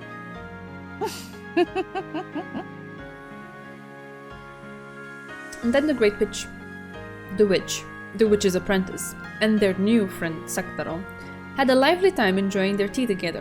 Okay, this is all fun and great, but I feel like they kind of like hijacked everything and they went into this direction of making Maria a witch. But we've forgotten where we came from, which was to explain something to Ender, right? I wanted to see that happen. When is that conversation going to start, even? ね、私はこんなにも幸せだよ。そしてこんなにも楽しい。幸せになることをどうか恐れないで。幸せになるというのは今の不幸を受け入れるという意味じゃないの。今の不幸の中に幸せを新しく生み出すということなの。それが原初の魔法。Please, Rikishi, I can't take it anymore. The sound of thousands of readers crying out loud. It's a very good line. Maria has had some very, very good lines. 私は今の自分の世界を認めたくなかった。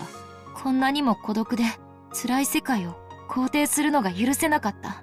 だからマリアお姉ちゃんの世界に惹かれながらも最後の一戦で受け入れられなかった。教えてあげる。マリアの原初の魔法を。いいえ、教えたことがあったはず。そしてあなたにも使えたはずなんだよ。忘れちゃった？エンジェだってマリアージュ・ソルシエールに名を連ねる魔女の見習いだったでしょ？ええ、そうだったわね。マリアージュ・ソルシエール、懐かしいわね。私もそこに名を連ねていることがあったっけ。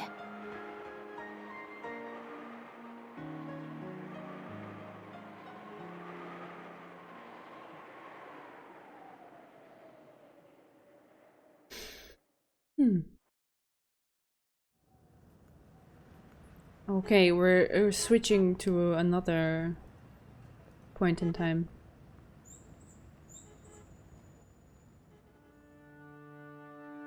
ええ、あれは忘れもしない。1987年4月のことです。私は友人からある奇妙な依頼を受けました。What a chapter, oh yeah. とある大富豪の遺品である蔵書が大量に競売にかけられていて、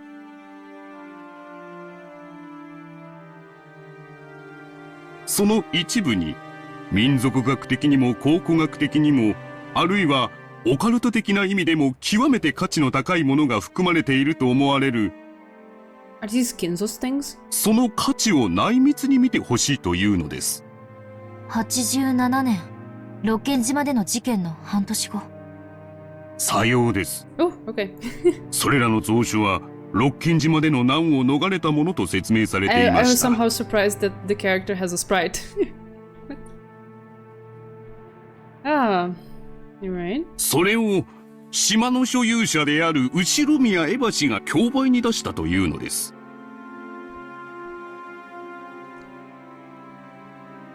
They appeared to be at a high-class restaurant. NJ and a middle-aged man were sitting across from one another in a pair of secluded and quiet seats. Amakusa could be seen by the restaurant's entrance. He was probably keeping a lookout for pursuers from the Sumadera family. Oh, so it's in continuation of that. Okay, got it. The scholarly-seeming man across from NJ spoke politely, but with enthusiasm. He hadn't so much as touched the food in front of him, which communicated effectively the passion with which he was speaking. He was a professor at a certain university, known in particular as an authority on Western folklore. However, among his life works, that was only the one with the most acceptable public face. His true life work was the study of Western occultism, Western magic, alchemy, and all else falling under the umbrella of the occult, as well as demonology.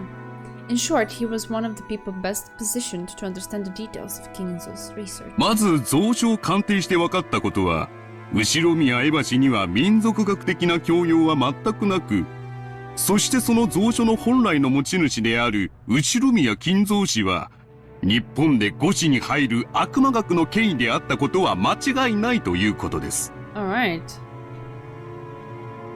Well, at the very least, all of that time poured into the occult amounted to him becoming an expert. Sorry, April 1987, is that what it was? Yes. A major city antique shop came into possession of a large quantity of ancient texts, thought to have a high historical value. The texts had been entrusted to them by Ushiromiya Eva, who had requested for them to be put up for auction on her behalf. At the time, everyone thought that Eva had succeeded the Ushiromiya family and obtained all the wealth for herself as the only survivor. However, at that point, barely half a year had passed since the accident, which was not enough for the rest of the family to be legally declared dead in absentia. Ah! They never found bodies.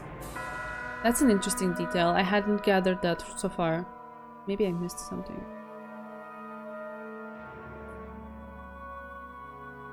Even given the extraordinary circumstances. Because of that, Eva was thought to have been in a very tight spot financially, unable even to collect from her family's life insurance. It seems that she tried to sell everything of value, and even the books kept in Kuwadorian, her location where she escaped harm, became a target of this. It was alluded to before, okay. Maybe I missed it. Yeah, no, I don't know Banjo. I don't understand. They're so vague about the accident. Okay. No bodies. Okay. During the credits of episode 1, they briefly mentioned that none of the bodies were recovered. Yeah, that's true. Except for a piece of Maria's jaw, which was able to be identified due to dental records. It's true, yeah, you're right. Now that you mentioned it, you're absolutely right. I think my biggest trouble with tying all of these together is that Eva surviving is something that happened only in the 3rd episode, right? But we are tying it together with details about the aftermath or whatever was mentioned at the end of the 1st episode. But I still don't have a solid framework laid out on how am I supposed to put together the information. So I think what my brain does is where it does, you know, where it is able to remember the information, because some details I miss. Okay, it's been months since I've been doing this novel. When it's drawn out over time, sometimes a few things fade from my mind. But when my brain doesn't remember details, it kind of like boxes them into, this is in this scenario, this is in this scenario, and this is in this scenario. How the scenarios connect together, I still don't know how to go about it. So I feel like my brain has the instinct of like not doing it. Yes.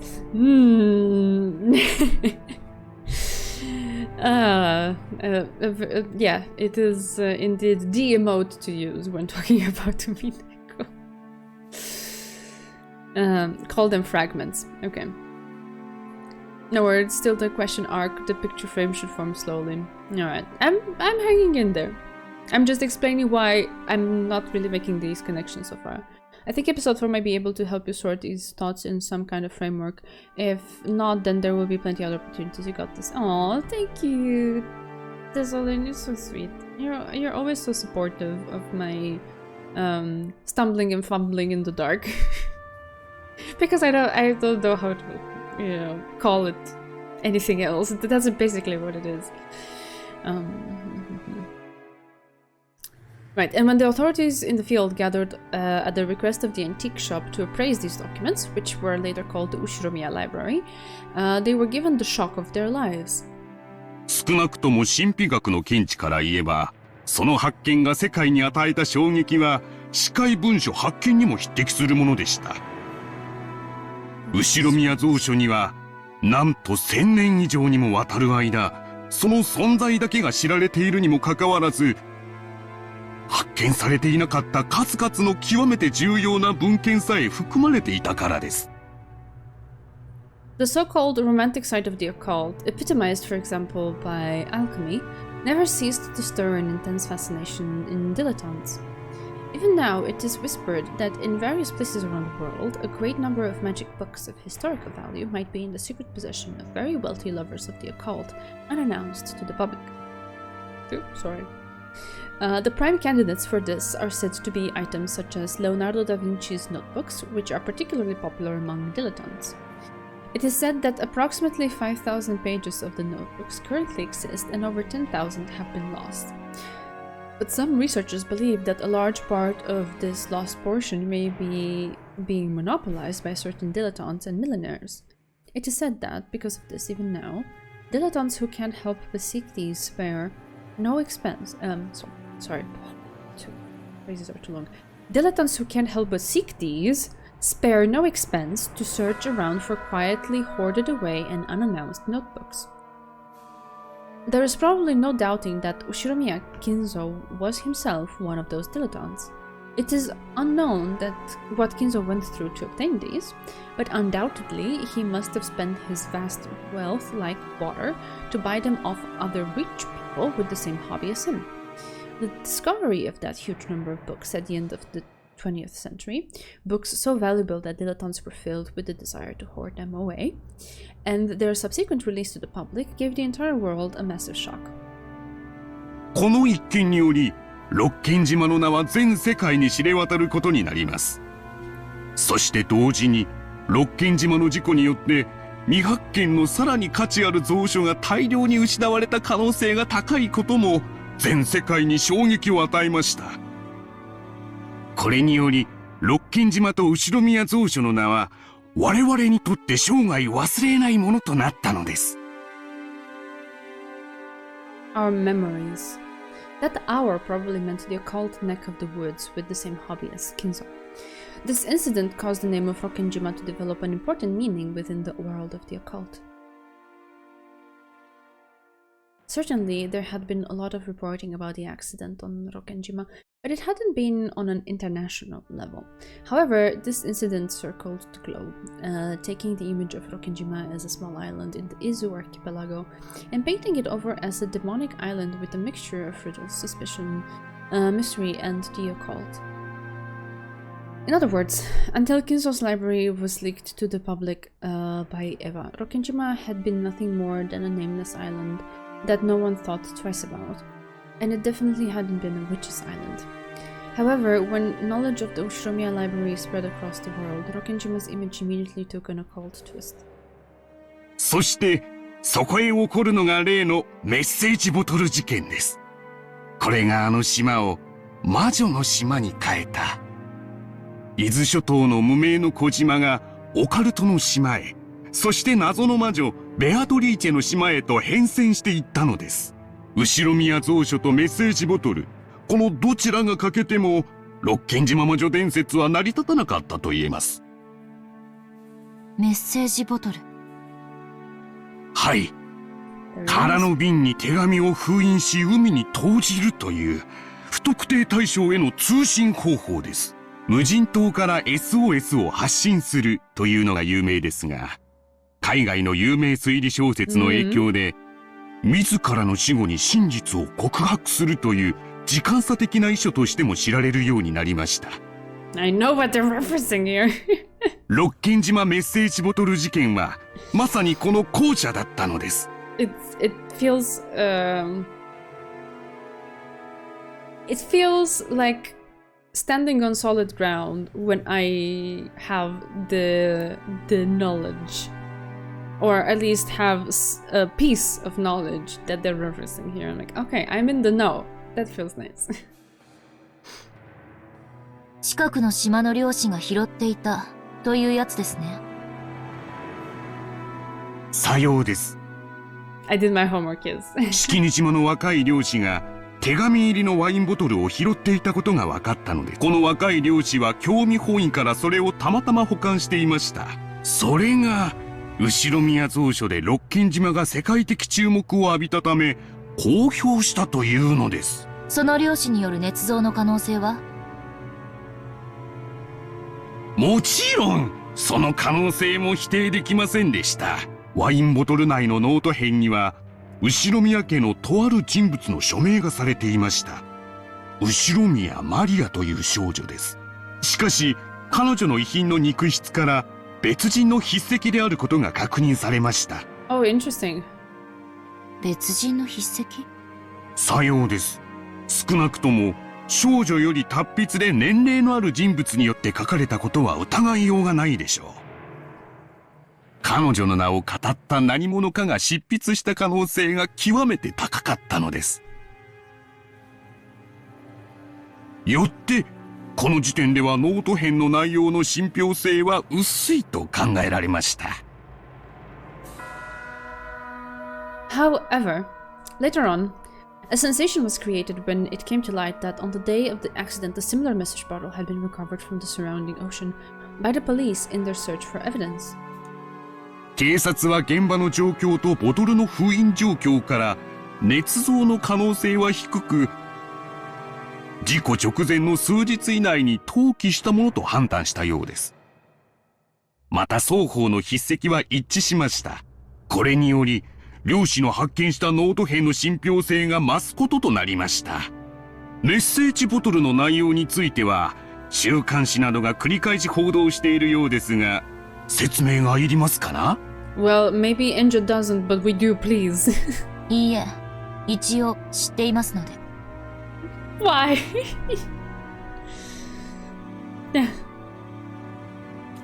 Ah, okay, we're still getting it. Okay, maybe. Several sheets of notebook paper had been stuffed into each of the two wine bottles. There were extensive accounts, written in a diary-like fashion by some unknown person calling themselves Ushiromiya Maria, of the events of the day of the accident and the day before. And it was these that prompted the beginning of the witch legend serial murder case and the mystery of the golden witch Beatrice. この奇妙な日記風式には、台風で島に釘付けにされた後宮家の親族たちが魔女復活の儀式に巻き込まれ、次々に不可解な方法で殺されていく様子が記されていました。そして最後に黄金の魔女ベアトリーチェが蘇り、すべてを黄金鏡に飲み込む。まるでそれこそが当日の全容であるかのように記されていました。また当時の島の状況についても非常に詳しく描写されており、後宮家に勤務したことがある元の使用人たちは、間違いなく内部に詳しい人間が書いたに違いないと証言しました。そのおかしな幻想小説と後宮蔵書以降のオカルトブーム、そして結局は真相は闇の中という3つが合わさり、六軒島の魔女伝説を生み出したと。さようです。すでに10年以上が経過した事件ですが、未だに世界のオカルトマニアの関心を集めています。いや、むしろ時間を得て、ますますに神格化されたと言っていい。上陸禁止になっている六軒島に、密かに上陸しようというマニアも未だに多いとか、未だ未発見のメッセージボトルがあるのではないか。そしてあの日、あの島で本当は何があったのか、未だに議論はつきませんとも。As though he had finally remembered that he had been going on and on for some time, the man took a sip of water. His, is it potage? Because that's French. That's how you would say it in French. I don't know if you say it differently in English. Pottage sounds weird, so whatever. It was now cold, but it seemed that the man's hunger had already been blown away. 確か、漁師のノート編と警察のノート編で内容が全く違うと聞きましたが。さようです。このせいで、六軒島ミステリーはさらに面白みが増したのです。2つのボトルの中身は、どちらも事故前日から当日までを記した日記風の式です。しかしその内容は、共に前日から当日を記した内容であり、にもかかわらず、内容は全く異なったのです。Almost like the episodes we've been experiencing. まるでどちらかが真実で、どちらかが虚偽のように。あるいは両方とも虚偽なのかもしれない。Who even knows? しかし、始まりと終わりだけは一致するのです。始まりは、親族たち18人は台風で島に閉じ込められた。そして終わりは、全員が死に、黄金の魔女が蘇り、すべては黄金鏡に飲み込まれる。So 2 message bottles describing quite familiar events to us, and at least one of them was thrown into the sea before the accident. Both are written by the same person claiming to be Maria, and that Goda guy seems really suspicious. Ay, ay, ay. The contents of both message bottles describe the events of the 2 days of the accident, but the details were completely different. Both diaries outline a serial murder following the epitaph of the witch, but the order of the sacrifices, the manners of their deaths, and even the tale of the 2 days are different. However, both depict the same ultimate conclusion: everyone dies and the witch revives. あの島で何があったのか。唯一の生存者である後宮エバ氏が沈黙していた以上、あの2日間の出来事は全てが闇の中です。この2つの日記はその闇を埋める仮説を、こともあろうか、2つも提示してみせたのです。どちらの日記でも2日間を説明できる。Maybe the real Maria was Goda who cooked along the way. Oh no. しかし、どちらが正しいのか、あるいは正しいことが含まれているのかさえわからないのです。Schrodinger's cat box. If it isn't denied, even fiction can be truth. Through the media, these notebook pages had of course been shown to Eva as well, but in the end, she never broke her silence. 誰が何のためにメッセージボトルを？ How can it unfold in such a way that such a weird thing happens? So many people, at the very least, disappear. Eva is the last one to see everyone alive. Nobody knows exactly what happens. No bodies, no nothing. But she is able to keep her silence and just willy-nilly be free into the world? I don't know. That sounds... I don't know how that works. How? How? I know!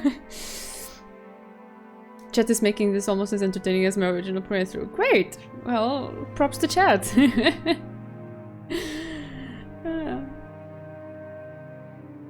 How does that unfold? From the perspective of police who are investigating this.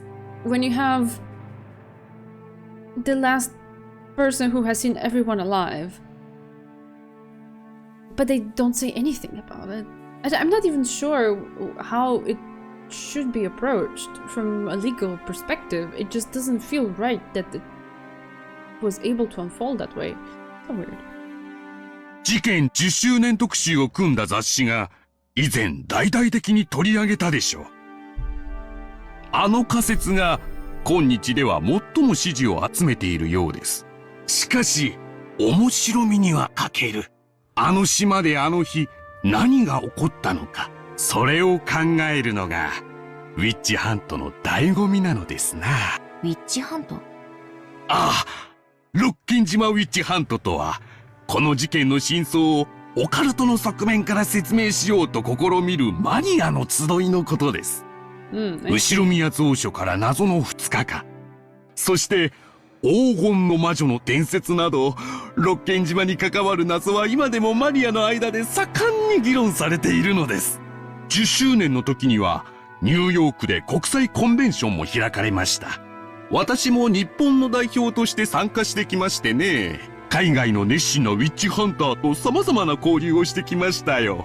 海外では魔女はとても人気のあるカテゴリーでしてね、参加者の年齢幅も下は小学生から上は著名な文化人まで実に幅広い。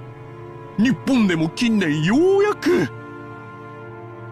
You probably don't need any more explanation, but he is one of the most famous Rokkenjima witch hunters in Japan. After that, he just kept continuing on excitedly, all by himself, even though I'd never asked. As I swirled the thin film on my potage with my spoon, I shrugged my shoulders and sighed. Witch Hunt is a nod to the original translation team for Ryukishi's works. They are named the very same. Aww. Oh, that's nice. Ryukishi was so happy that he was able to reach a Western audience that he gave them personal thanks. Oh, that's so cool. Very nice. Yeah, Witch Hunt translations. Not to be confused with Witch Cult translations, the people translating the ReZero web novel. Yeah. To be fair, I felt very strong ReZero resemblances, especially when the witches gather and they have tea. It just takes me there in a sense. I actually had it tonight as well, but I thought it was like such a far-fetched comparison that I just didn't say it out loud. But yeah, there we go. Interesting. Maybe it really had been a waste of time to research about the message bottle. Don't remind me of the echidna tea! Forget I said anything. No, if there was one thing I had gotten out of this, it was the knowledge that those pages, supposedly written by Maria One-chan, had actually been written by a different person faking her name. And that person had taken it upon themselves to write an occult story, put it into a bottle as though it was the truth, and throw it into the sea. This raised questions for me.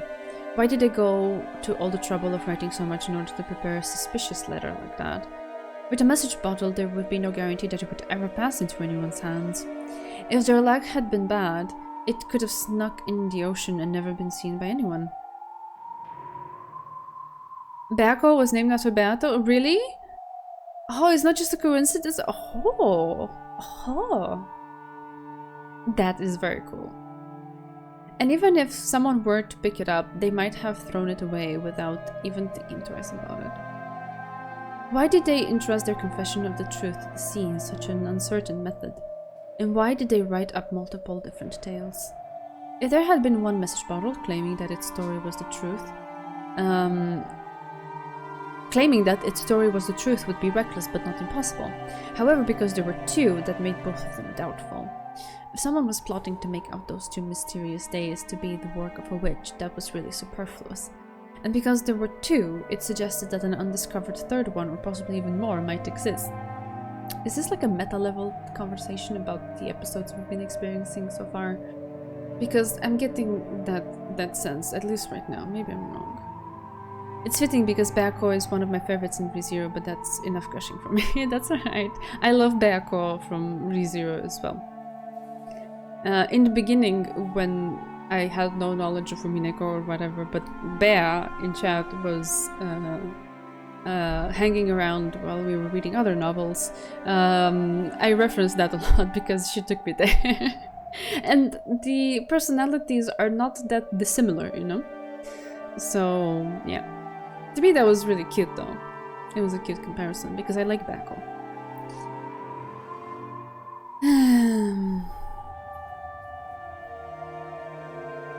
In other words, the two having different contents was making it even harder to take either of them at face value. I suppose, yes.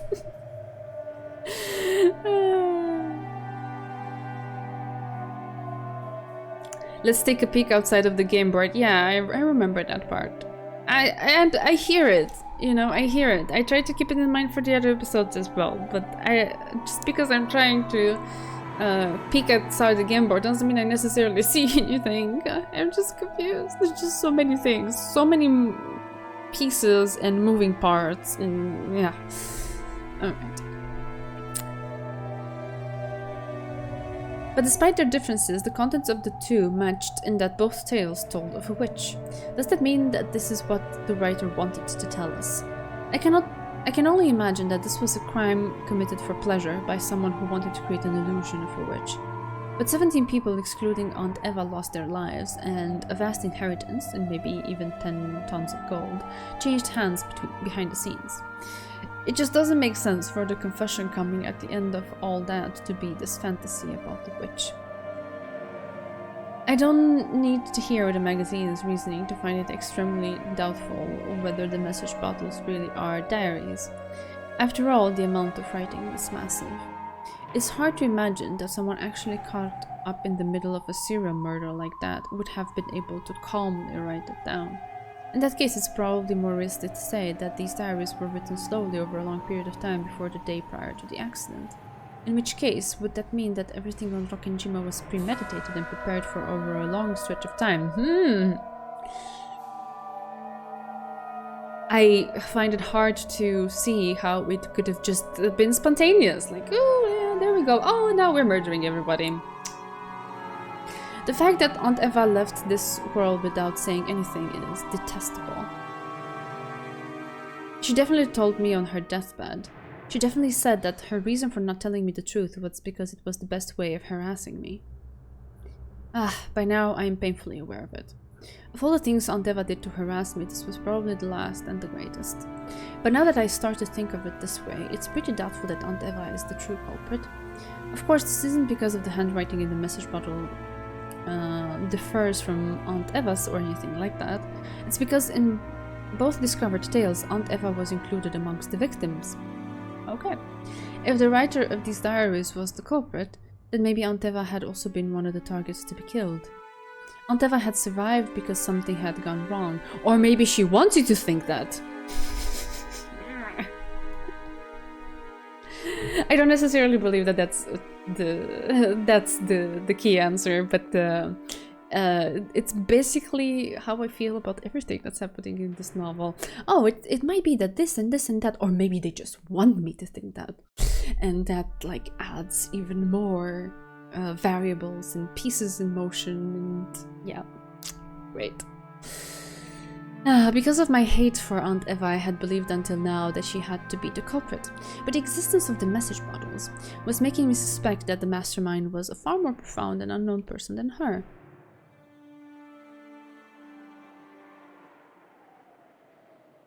I looked at the clock. I just glanced at the clock too. I'd asked everything I wanted to.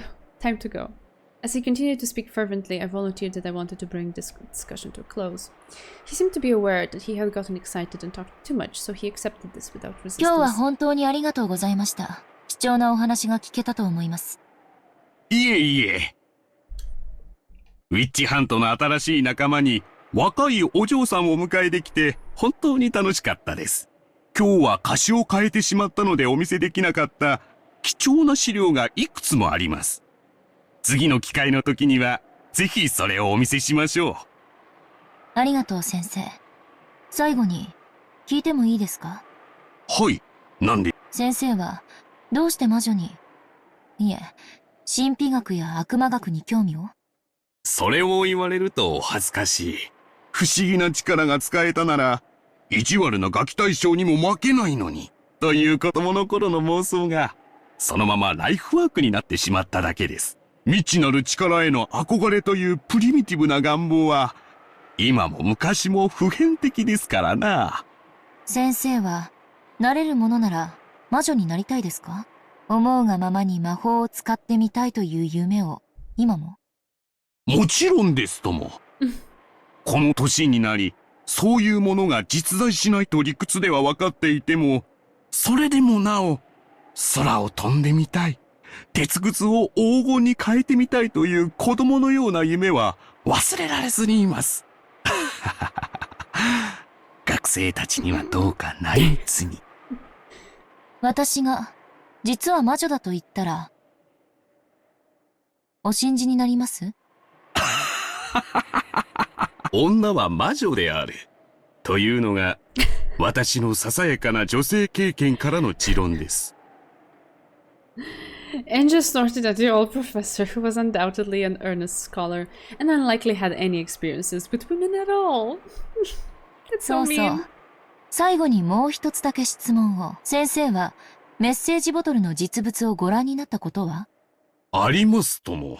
では、その筆跡についてもお詳しいですか？もちろん。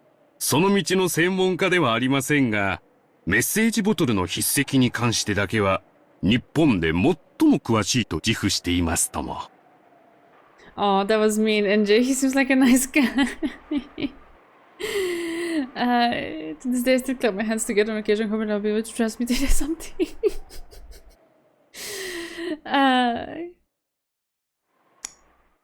At that point, Angel set the book on the table with a thud. これは？ Oh, man. 初めて見るものです。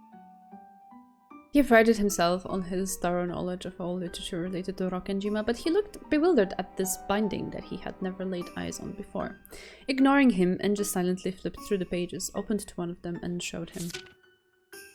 On that page was a handwritten paragraph beginning with, "To my dear witch apprentice." Ooh. And at the end, there was a signature in capitals that said Beatrice. それは... The instant he glanced at it, his face went pale. She knew the answer before asking, but Enja asked it aloud anyway. このページに記されている文章の筆跡は、メッセージボトルの筆跡と一致しますか？いや、持ち帰って詳しく調べない方には、失礼だが、この本は一体、どこで？ The man stretched out his hand, but Enja nimbly pulled it out of his reach, as though telling him not to touch it with his filthy hands. ありがとう。その反応だけで結構です。Yeah. 今日はありがとうございました。これ、お約束の謝礼です。Bye! As she stood up, clutching Maria's diary, Enja casually tossed a wad of 10,000 yen notes wrapped with a band of paper onto the table. This moment gave me shivers. For the first time we can feel the hand of the real Beatrice. Yeah. It's one of the more concrete things that we've received so far. In terms of clues. So Beatrice wrote message bottles. I mean, someone claiming... not even claiming. Someone who at some point claimed of themselves as being Beatrice, then claimed of themselves as being Maria and wrote the message bottles. Okay, that's a mind bender on its own. As she turned her back to him and made to leave, the man raised his voice as though clinging to her. But Enja never stopped walking. お願いだ。その本は一体、謝礼はいらない。その本を見せてくれ。私とあなたはウィッチハントの同志だけど、求める深さが違うみたい。あなたが楽しんでるのは猫箱の外側。そして私が知りたいのは猫箱の内側。そしてこの一冊は、その猫箱を開く鍵ね。あなたには過ぎてるわ。じゃあね。Goodbye, gentlemen. Have a nice day. 待ってくれ！すまねえさん！ His voice didn't reach her. She had already joined up with Amaksa and gone into the car. Oof, she is savage. But I understand. 収穫はありましたか? She needed information, and she got it. Maybe not in the form that she would have envisioned in the beginning, but she got something. There it is. She just has to act so cool. Yes, she is super cool. I want to see Battler act more in this direction as well. That would be... it would make my day. NJ is the peak Tuny lifestyle in terms of speech.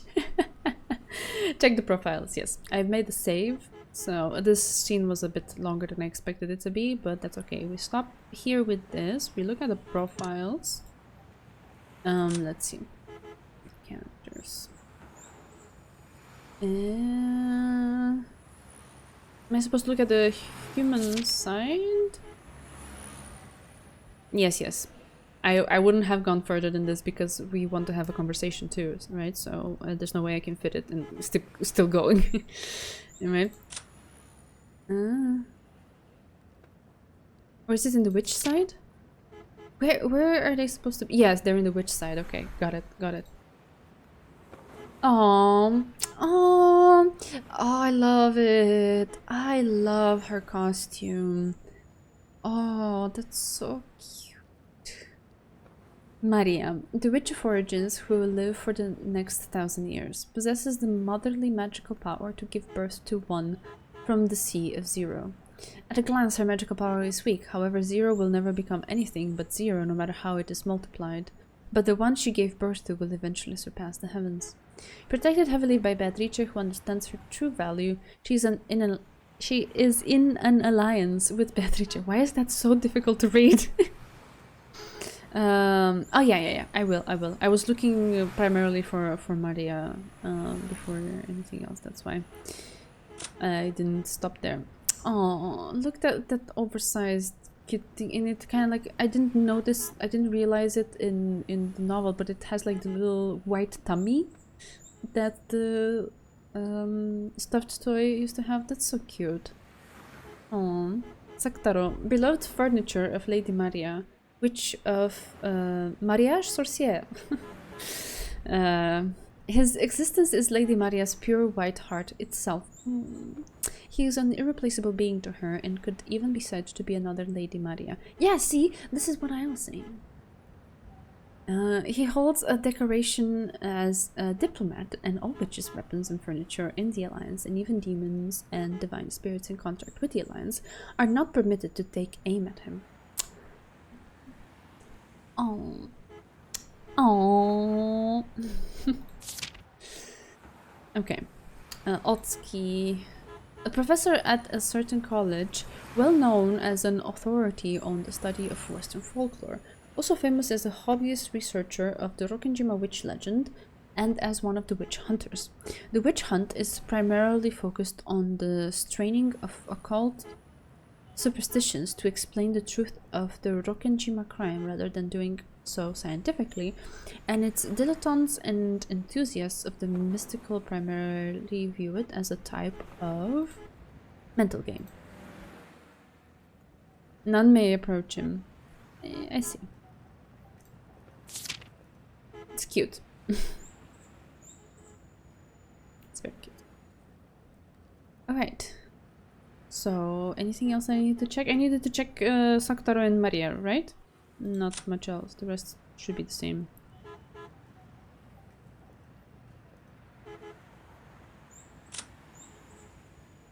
How cute is Bern? I love her dress. Super cute. Okay.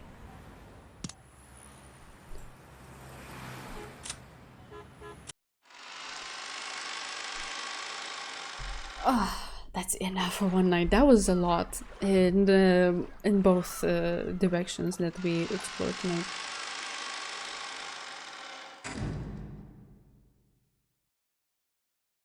All right, so now let's do this and talk. I have half an hour at most. I wouldn't go past midnight my time. So, shoot. How do you want to do this? What do you want to talk about? Oh. Thank you for joining me and listening.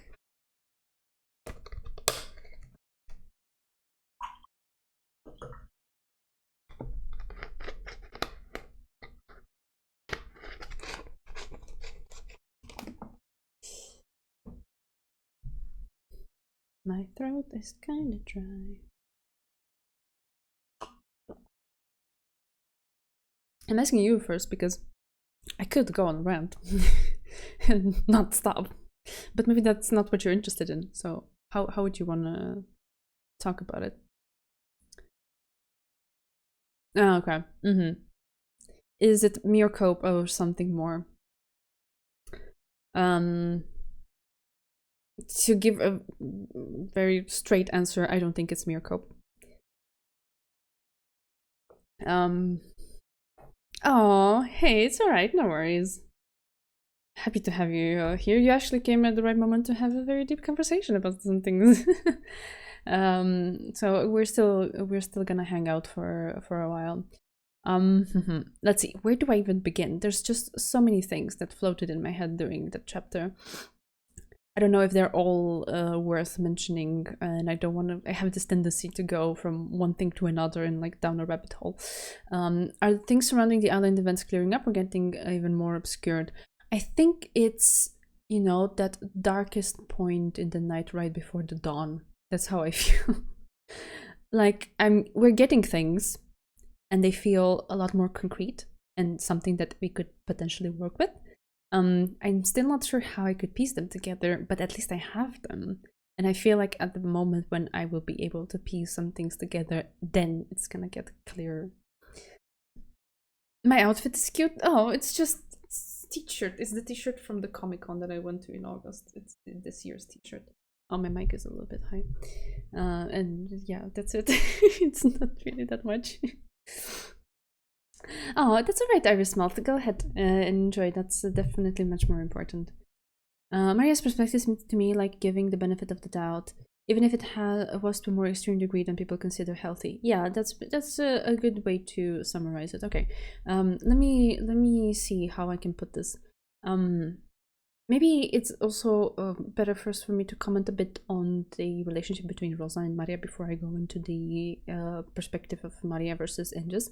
I mean, I don't necessarily have groundbreaking new things to say. They as the scenes progressed, they kind of tied into what I had said before when we were discussing about this, about the struggles from both sides, and how ultimately I feel, and that's the conflict of it all. I feel that the responsibility, it is placed on Rosa, who is the adult, to properly take care of her child in spite of all of her struggles, which I can, like, this is the thing, that you know, I cannot go as far as fully blame Rosa and paint her solely in a negative light and think that she's like, I don't know, a terrible person, a monster or whatever. She's definitely making mistakes. She's definitely not doing some things that she should be doing as a mother. I also don't want it to be like, because I know, you know, Bea in chat has been open about it, and I'm sure there are other people that might be watching this at a later time on YouTube or whatever, that have had difficult relationships with their mother, and they saw themselves reflected on this. I don't want to downplay their experience or to hurt or anything, but I can totally feel Rosa from the perspective of being a single mother, having to grapple with the difficulty of her job. She also, you could argue that she chose to have a certain kind of job that takes a toll on a person, and that's not, let's say, a suitable job to have when you have a child. And then maybe she shouldn't have chosen that. Maybe she should have gone and had like a job that allowed her to just, you know, be there for 8 hours a day or whatever, and then come home to her child no matter what. But at the same time, we're talking about Japanese culture, which is different from us, and we're talking about the 80s, which again, I cannot imagine, like, I cannot easily make the argument that it would have been so easy for her to just choose something else. She's doing what she believes in. Maybe she has a certain inclination and skills in this direction and she wants to make it. Maybe she also believes that by doing this and maybe having this period right now where everything is difficult because it needs to get started, and, you know, once things are set in motion and she manages to get it to a certain level where it's profitable and the ball just rolls mostly by itself and no longer requires this much effort of her, then both her and Maria would benefit after that. So she's trying maybe to just roll up her sleeves and do the difficult thing now just so that it's better later. And she's kind of losing a little bit, or a little bit more, the big picture of, okay, you're doing that, and maybe you're doing it with intention for your child, but what about you're projecting it onto a child that's in the future, but what about the child now? Yeah, so there's all of these layers of it that I can't help but empathize with, so I cannot go to this extent of completely fully blaming her and seeing her in a negative light and whatever. I'm gonna get to the happy thing between Maria and Nenji as well. So that is my struggle with this, because I do not like, and it pains, this chapter, not episode, but chapter was pain, when seeing Maria so stricken by the loneliness, and then when finally she does have a moment with Rosa, suddenly that turns into something else, and we get the detail about the little ticket and stuff, and it's very tempting then to be like, oh, what kind of mother just goes on a trip, leaves her child at home and so on? And I have no arguments against that. If she did that, it's kind of a shitty thing to do. And she does make a lot of mistakes along the way. Like, she makes promises that she doesn't keep. That means the world to a child, especially a child that you're just leaving alone.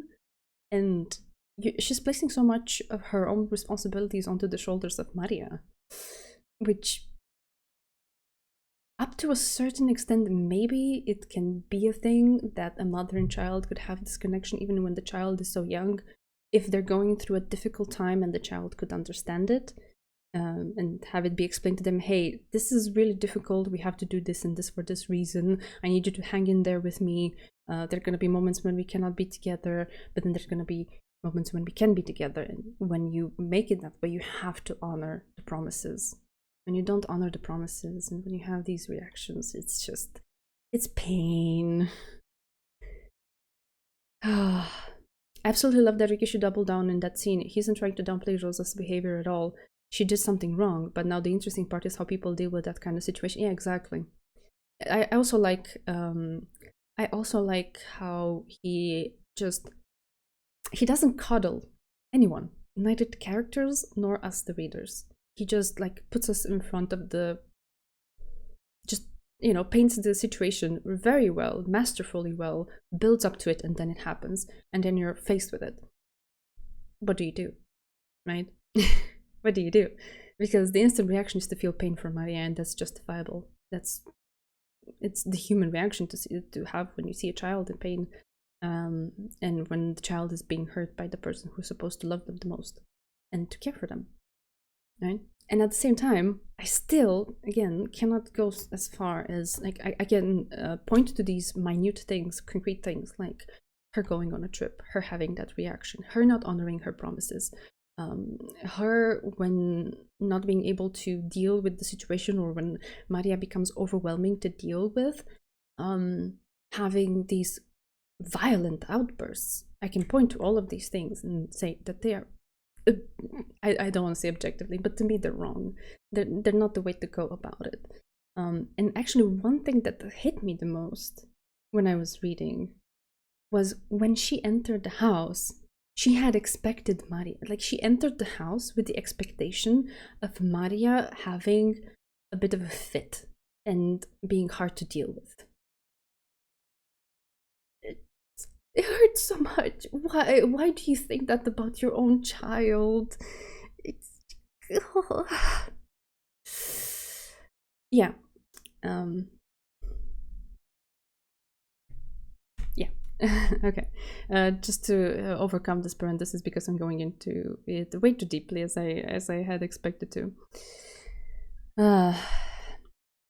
Yeah. So exactly. We just know a little bits and pieces.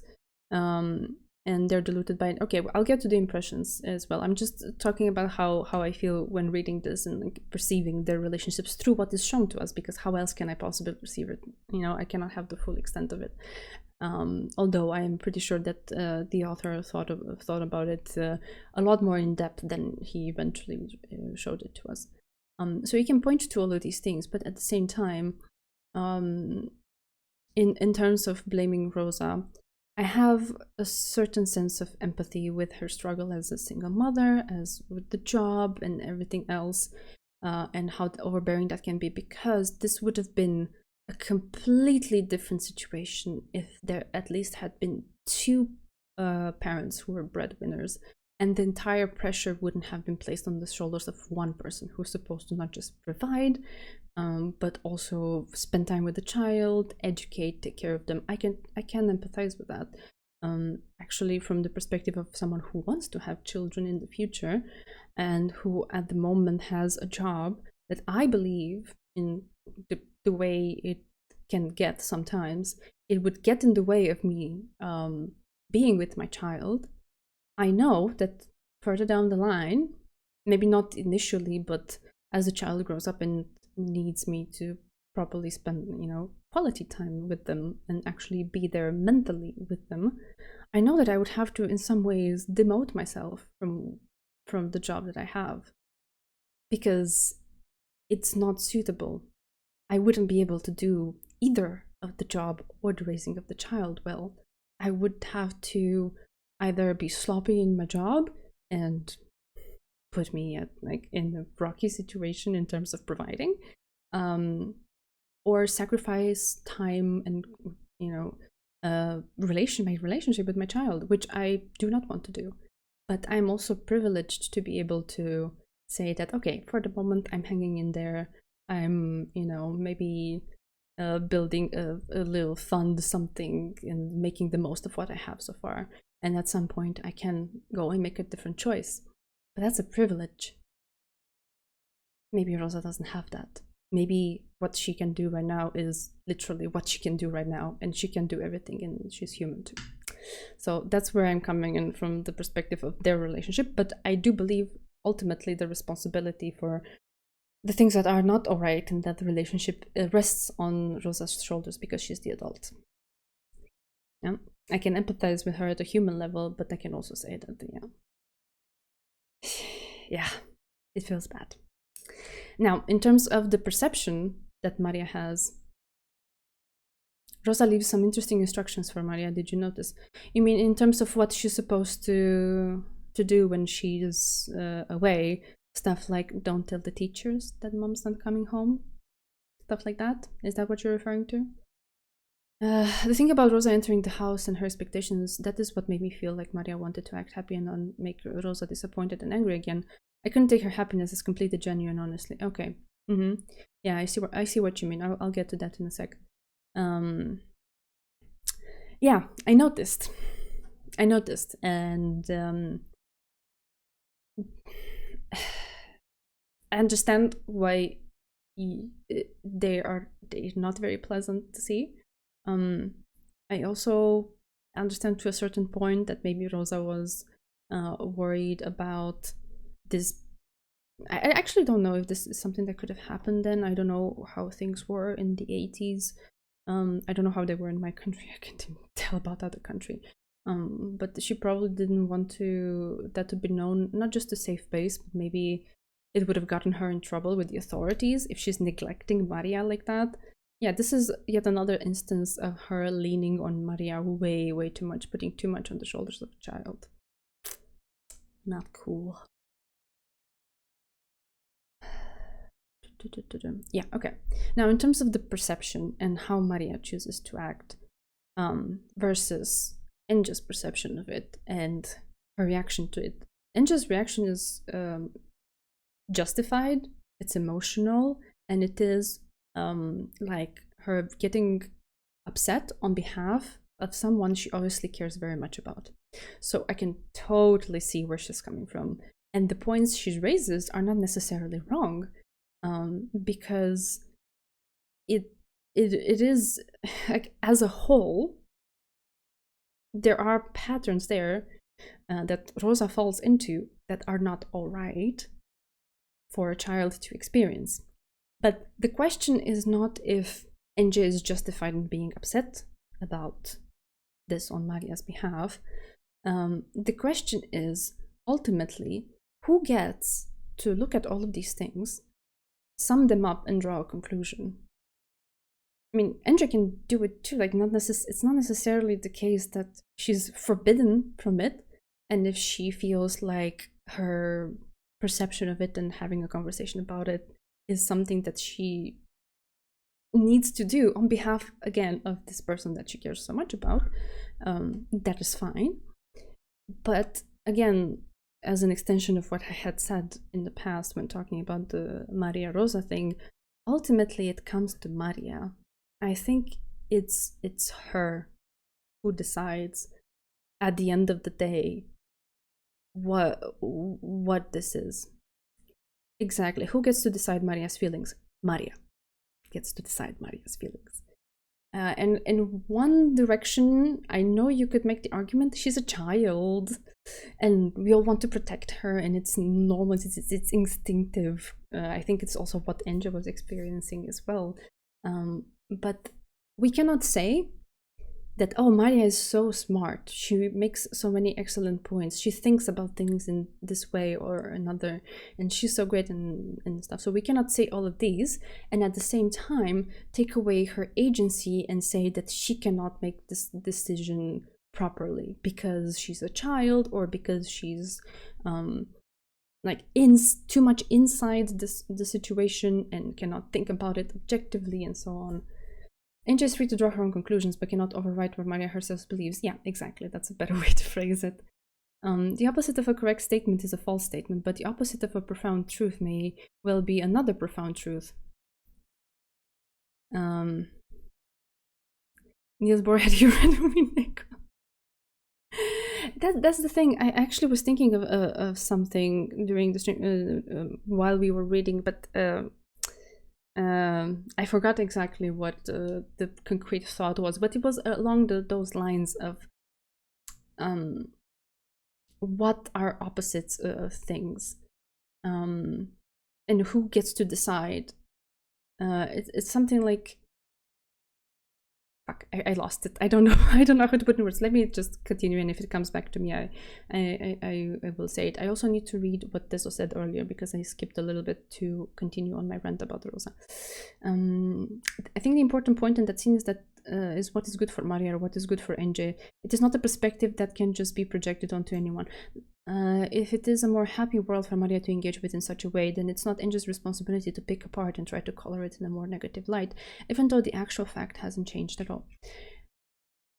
In one way, taking it a step back a bit more and not referring directly to this situation, isn't what Maria is doing something that we humans just do on a daily basis just to be able to live, in a sense? Because we, like, if you want to philosophize about it, you can go into the whole, what meaning does life have? I don't want to go too deep into it, but it's like, it's the meaning that we give it. Because at the end of it all, we get born, we live, and we die, and then there's nothing left of us necessarily. So you could argue, what even is the point of this? Why were we even born? Why do we even exist? Why is there even a world? You know? And the meaning is everything in between birth and death that you make for yourself and we make for each other together. And in a way, this is because if we were to just see it, or objectively, it's not the right word, but if we were to dissect it in ways that we try to take away all of these small little things that we just infuse events and things in life with, then what are you left with, right? I'm on fire? I don't know. I don't know. I'm just speaking. I'm literally just speaking my mind. These were all things that were passing through my head during the chapter. I'm just trying to piece them all together. This was just a lot of it.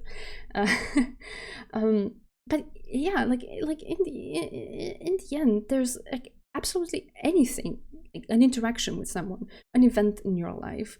Just like you can take the smallest and the biggest things in life. And if you strip them of meaning that we assign to it, consciously or not, then what are they? What are they if we just get born and die anyway, and none of it will be left anyway, right? It's kind of like, if you don't stop and smell the roses in life, what is even the point? Of course you will live a bit more miserably, because you're just purposefully not looking at the things and not appreciating them for just their intrinsic value, not necessarily for I don't know, serving a certain purpose, just for them being, just for them existing.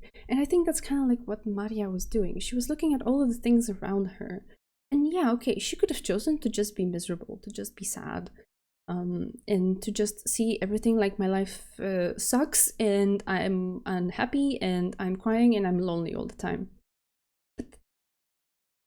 I was expecting a very empathetic playthrough, but I didn't expect that you were able to immediately identify the nature of these scenes. Excellent job. No sugarcoating intended. Okay, thank you. Okay, where was I going with this? Wait, I lost my train. But I appreciate it. Thank you. Let me gather myself, because I really had a point there.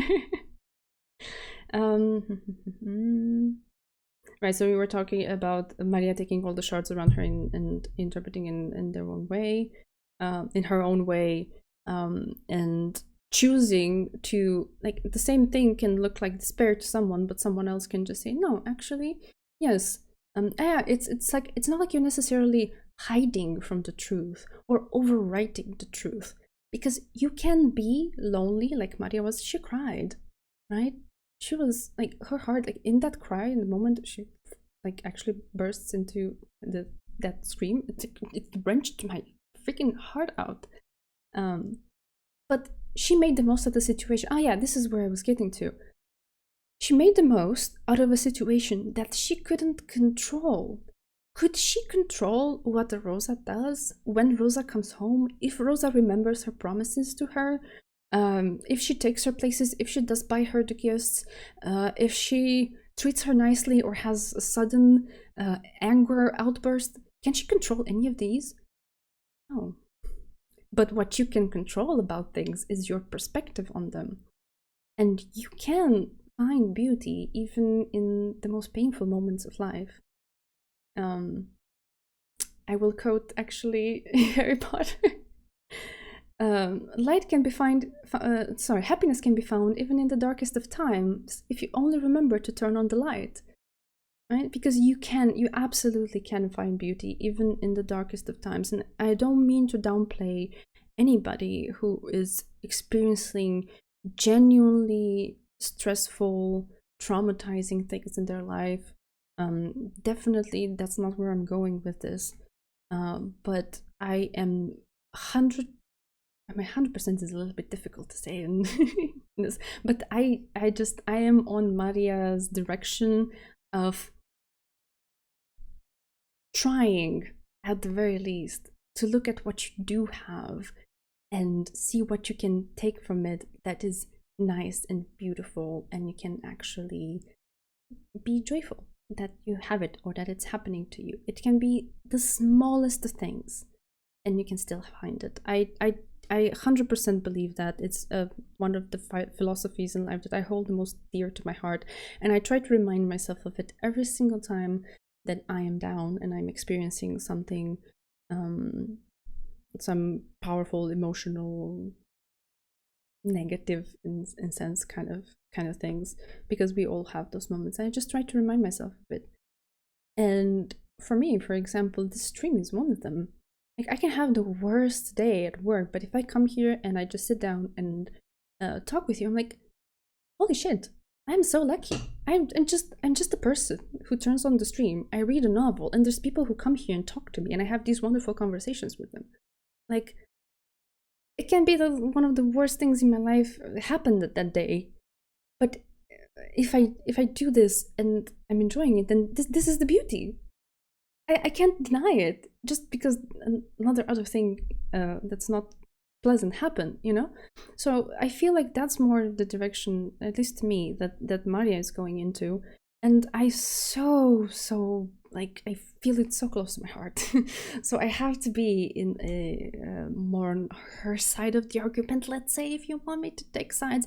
But I totally think that NJ is justified in having this emotional reaction, because we would all have it if we saw someone we care about being treated that way by a parent or a sibling or a lover or whatever. We would all have that, and we would all want to sit them down and be like, hello, what is happening?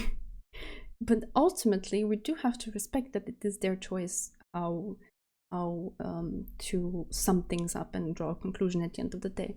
And that is something that is how do I put it? Again, I don't want to be like, oh, I'm just shifting all of this onto a child and I'm taking no responsibility in my own hands.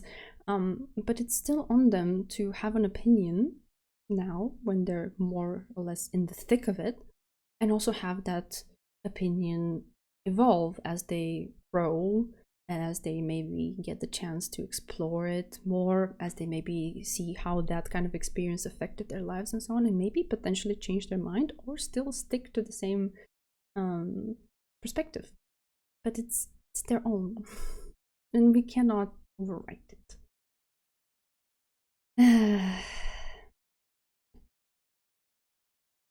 Please don't be afraid of being happy. NJ. Yeah, NJ also has this thing, because she also has gone through what is quite objectively a difficult life, full of pain, full of loss, so much loss. At the very least, Maria has this, that when Rosa is alright, she can at least experience that side of Rosa, right? She can have a good moment with her mom, even though it might be followed by a bad moment. It's uncool, but we've talked about it, so I'm not gonna go there again. But Enja didn't even get the chance to, be a teenager who's arguing with her mom. She didn't have a mom, right? So I think that what happened for her, the way it feels to me, again, I don't want to speak on her behalf, but like, we're here talking about the novel and the characters, so I'm going to talk about it. It just feels that because of all of this pain and trauma, she just built walls around herself, and she doesn't want to allow herself to let go of certain things or to let her guard down, because very likely then she will get hurt again. So she's building these walls to keep away the pain, but she's also making them, like, it's the natural consequence of it that they also keep out the joy. So she's struggling to see the joy, and she can't imagine that in that kind of situation, with so many hardships and so much loneliness and pain in Maria's heart, she still finds it in herself to be excited and happy and genuinely joyous when she does get to spend time with her mom. She always has to make sure that there's not a single unhappy fragment, so she's unable to become happy ever. Yeah. And she definitely is one of those better to feel nothing than feel pain kinds of people, much like I was. Yeah. And just to be sure that this is clear, I'm not throwing shade at her. We've all been her.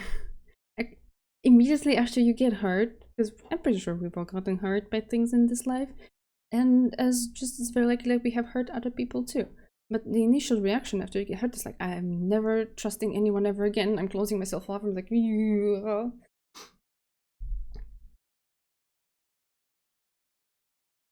I don't see Battler versus Beato around since Maria versus Angel entered the picture, just saying, I'm not sure what you meant by that.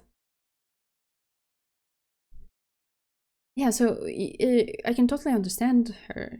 She's been through so many things. I think the takeaway from this is that we all make our own truth from these two perspectives and find it somewhere in the middle, in some sort of mix of this.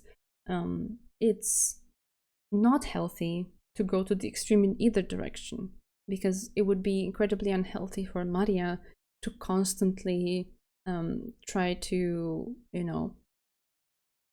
obscure what is happening to her with this how do I put it?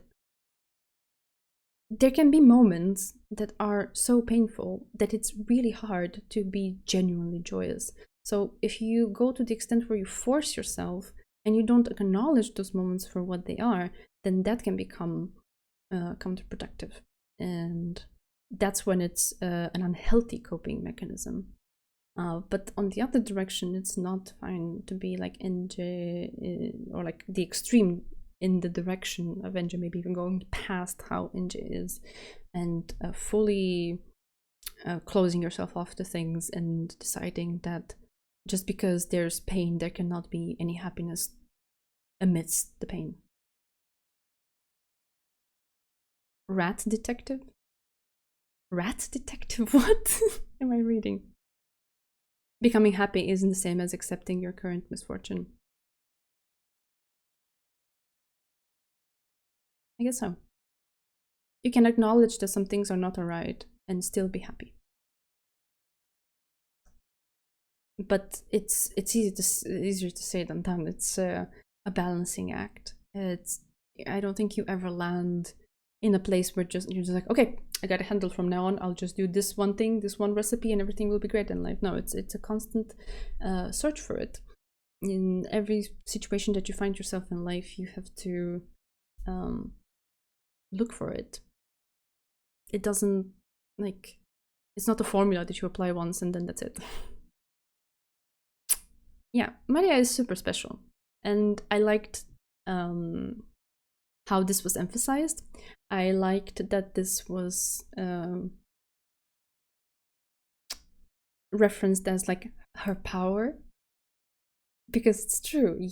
There's a certain strength of character needed to get to that point where you can actually see the happy fragments amidst the painful ones, and accept the painful ones, but be genuinely joyous for the happy ones.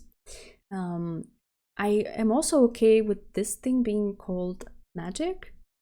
It kind of falls in line with some of the things that I was saying in the past, like the magic that we make ourselves from our perspectives or our interactions with other people and so on. I kind of felt it in that direction, which it's okay, I can accept that. I don't think this ties in with the magic of serial murdering people in gruesome ways. And I felt like that moment with Beatrice turning it into that and like emphasizing the witch side of Maria, whatever. And I don't know, I felt like she went into the direction of pushing it towards the same type of magic that she invokes when people are being brutally murdered. Which I don't... This is such a... I love the way that they described it, like what, pure white heart. That's exactly it. It's so pure, it's so beautiful. Please don't put it on the same level. I didn't like that. But I guess there's still more to explore in the direction of what is magic in this novel, so I'll keep myself open to that. But it feels like this perfect glass sculpture that's so beautiful that I want to protect forever, but then they touched it and left fingerprints on it, and like, no. that's more or less yeah, where it took me. I felt like the moment of Beatrice talking about that kind of hijacked the beauty of it and the innocence of it in a way. If that power can be used for good, maybe it can also be used for something bad. Yeah, sure. I will not contradict that. I don't know. I would have to think about it a bit more. At the moment, this is all I have. A personal favorite VN of mine explores that topic. What do you do if life doesn't pull any punches? What do you do if you're not allowed even one piece of happiness? What options do you have then? I know, that's the difficulty in this philosophy, I guess. what do you do in situations extreme like that? I think the answer would be you still have to strive to make them for yourselves, but it's hard. And I wouldn't completely go and dismiss someone and be like, oh, just make it for yourself, go ahead. Like, no, I would acknowledge that it's hard. It's hard. Okay, I missed some messages. Okay, things went a little bit fast. Okay, let's see, what did I miss?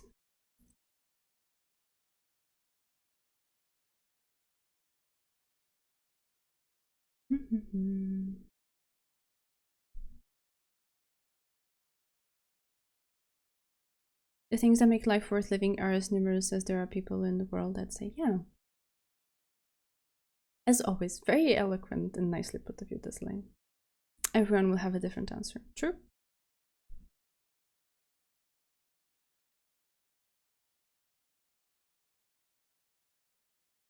I think I might have missed. Truths of the past are painted over by truths of the future is a statement I think about a lot, especially every time I learn about history. Yeah, okay, I guess that's yeah, the different direction to take it. In a way, in the novel, the way I see it is that it just meant that perspectives can shift. You can see things one way when you're like in the middle of them happening, and then as time passes by and you think about it more, like you're no longer into the situation, you're outside, think about it, and maybe you can your perspective can shift. And also someone who looks from the outside completely, like Enja was looking into Maria's life, can emit a statement about, oh, this is not what it was, it was actually this thing, and then it's kind of overwriting Maria's perception in the moment. Tostators, much like Maria, I don't have many friends IRL right now, but because I have a more optimistic outlook that I will find them eventually. I think that's why I resonate with her so much. Oh, that's so sweet. Don't give up hope. And I think the one thing to keep in mind is that you should strive to just be genuine to yourself when you put yourself out in the world, so that when someone does resonate with you, they resonate with things that can actually create a connection, a proper one, right? Like you would resonate over, like we're resonating over Umineko right now, or like, I don't know, anything else that has meaning in your life. And then when you find that kind of connection, it's a very solid base to build a relationship and a friendship on. Don't fall into the trap of I don't know, putting yourself down because of number of friends. Quantity really doesn't matter, it's the quality of it, and you bringing value to each other's lives. So when you connect with someone genuinely, that's when the magic happens. And yeah, I don't know.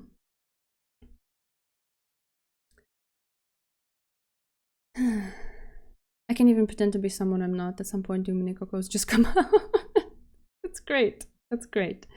Don't pretend. Just be yourself. Put the most genuine energy to yourself out into the world, and the people who will resonate with that will respond back. And that's it. I found some friends through Umineko Let's Plays Magic. Yeah! See what happens when we you know, come together like-minded or with similar interests. Yeah. Please don't be afraid to be happy, of being happy, Angie. I think I read this, but I don't know if I reacted to it. But yeah, she is afraid of being happy.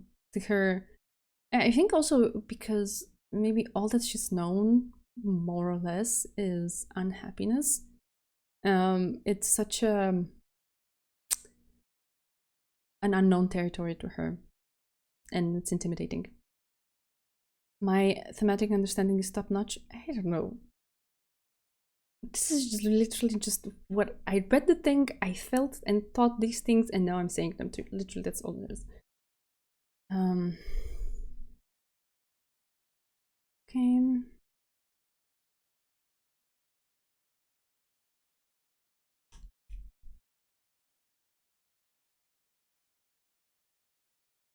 Did I miss anything else? I think now I'm caught up.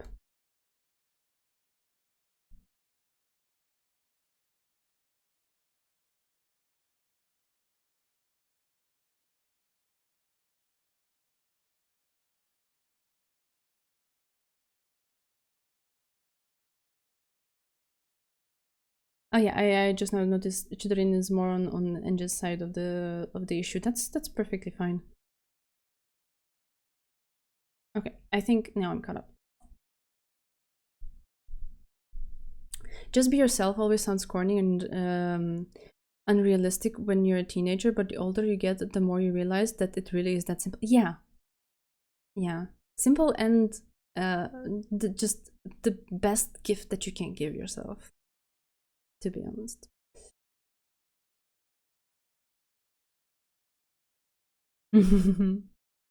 Benzeku. You became friends of Umineko, that's cool. I counter you with corniness. In order to be yourself, you actually need to know who you are. Yeah, okay. That's another deep rabbit hole. But the thing is, you don't need to be fully, perfectly aware of who you are in absolutely every single sense of the word to just put out in the world energy that's like genuine to your soul, that's coming from within you. It's just simply trying to adapt or react to whatever situation you're in in the way that feels that it's coming from within, and you're not forcing or trying to be something else. That's literally it. That's a topic explored in a flowers game. Ooh, I guess we will get to that eventually. Let's go. All right, it is midnight for me. We've been talking for a while. I enjoyed this. I don't know if I satisfied our expectations or disappointed them or whatever, but I've enjoyed this. If you don't know who you are, just act like you do, and someday you will find out that your acting was the real thing all along. I mean, that's also one thing, the fake it till you make it thing. At least you put yourself in situations where you eventually figure out who you are by doing that. That's also a way to go about it, but that's, like I said, a different rabbit hole of knowing yourself.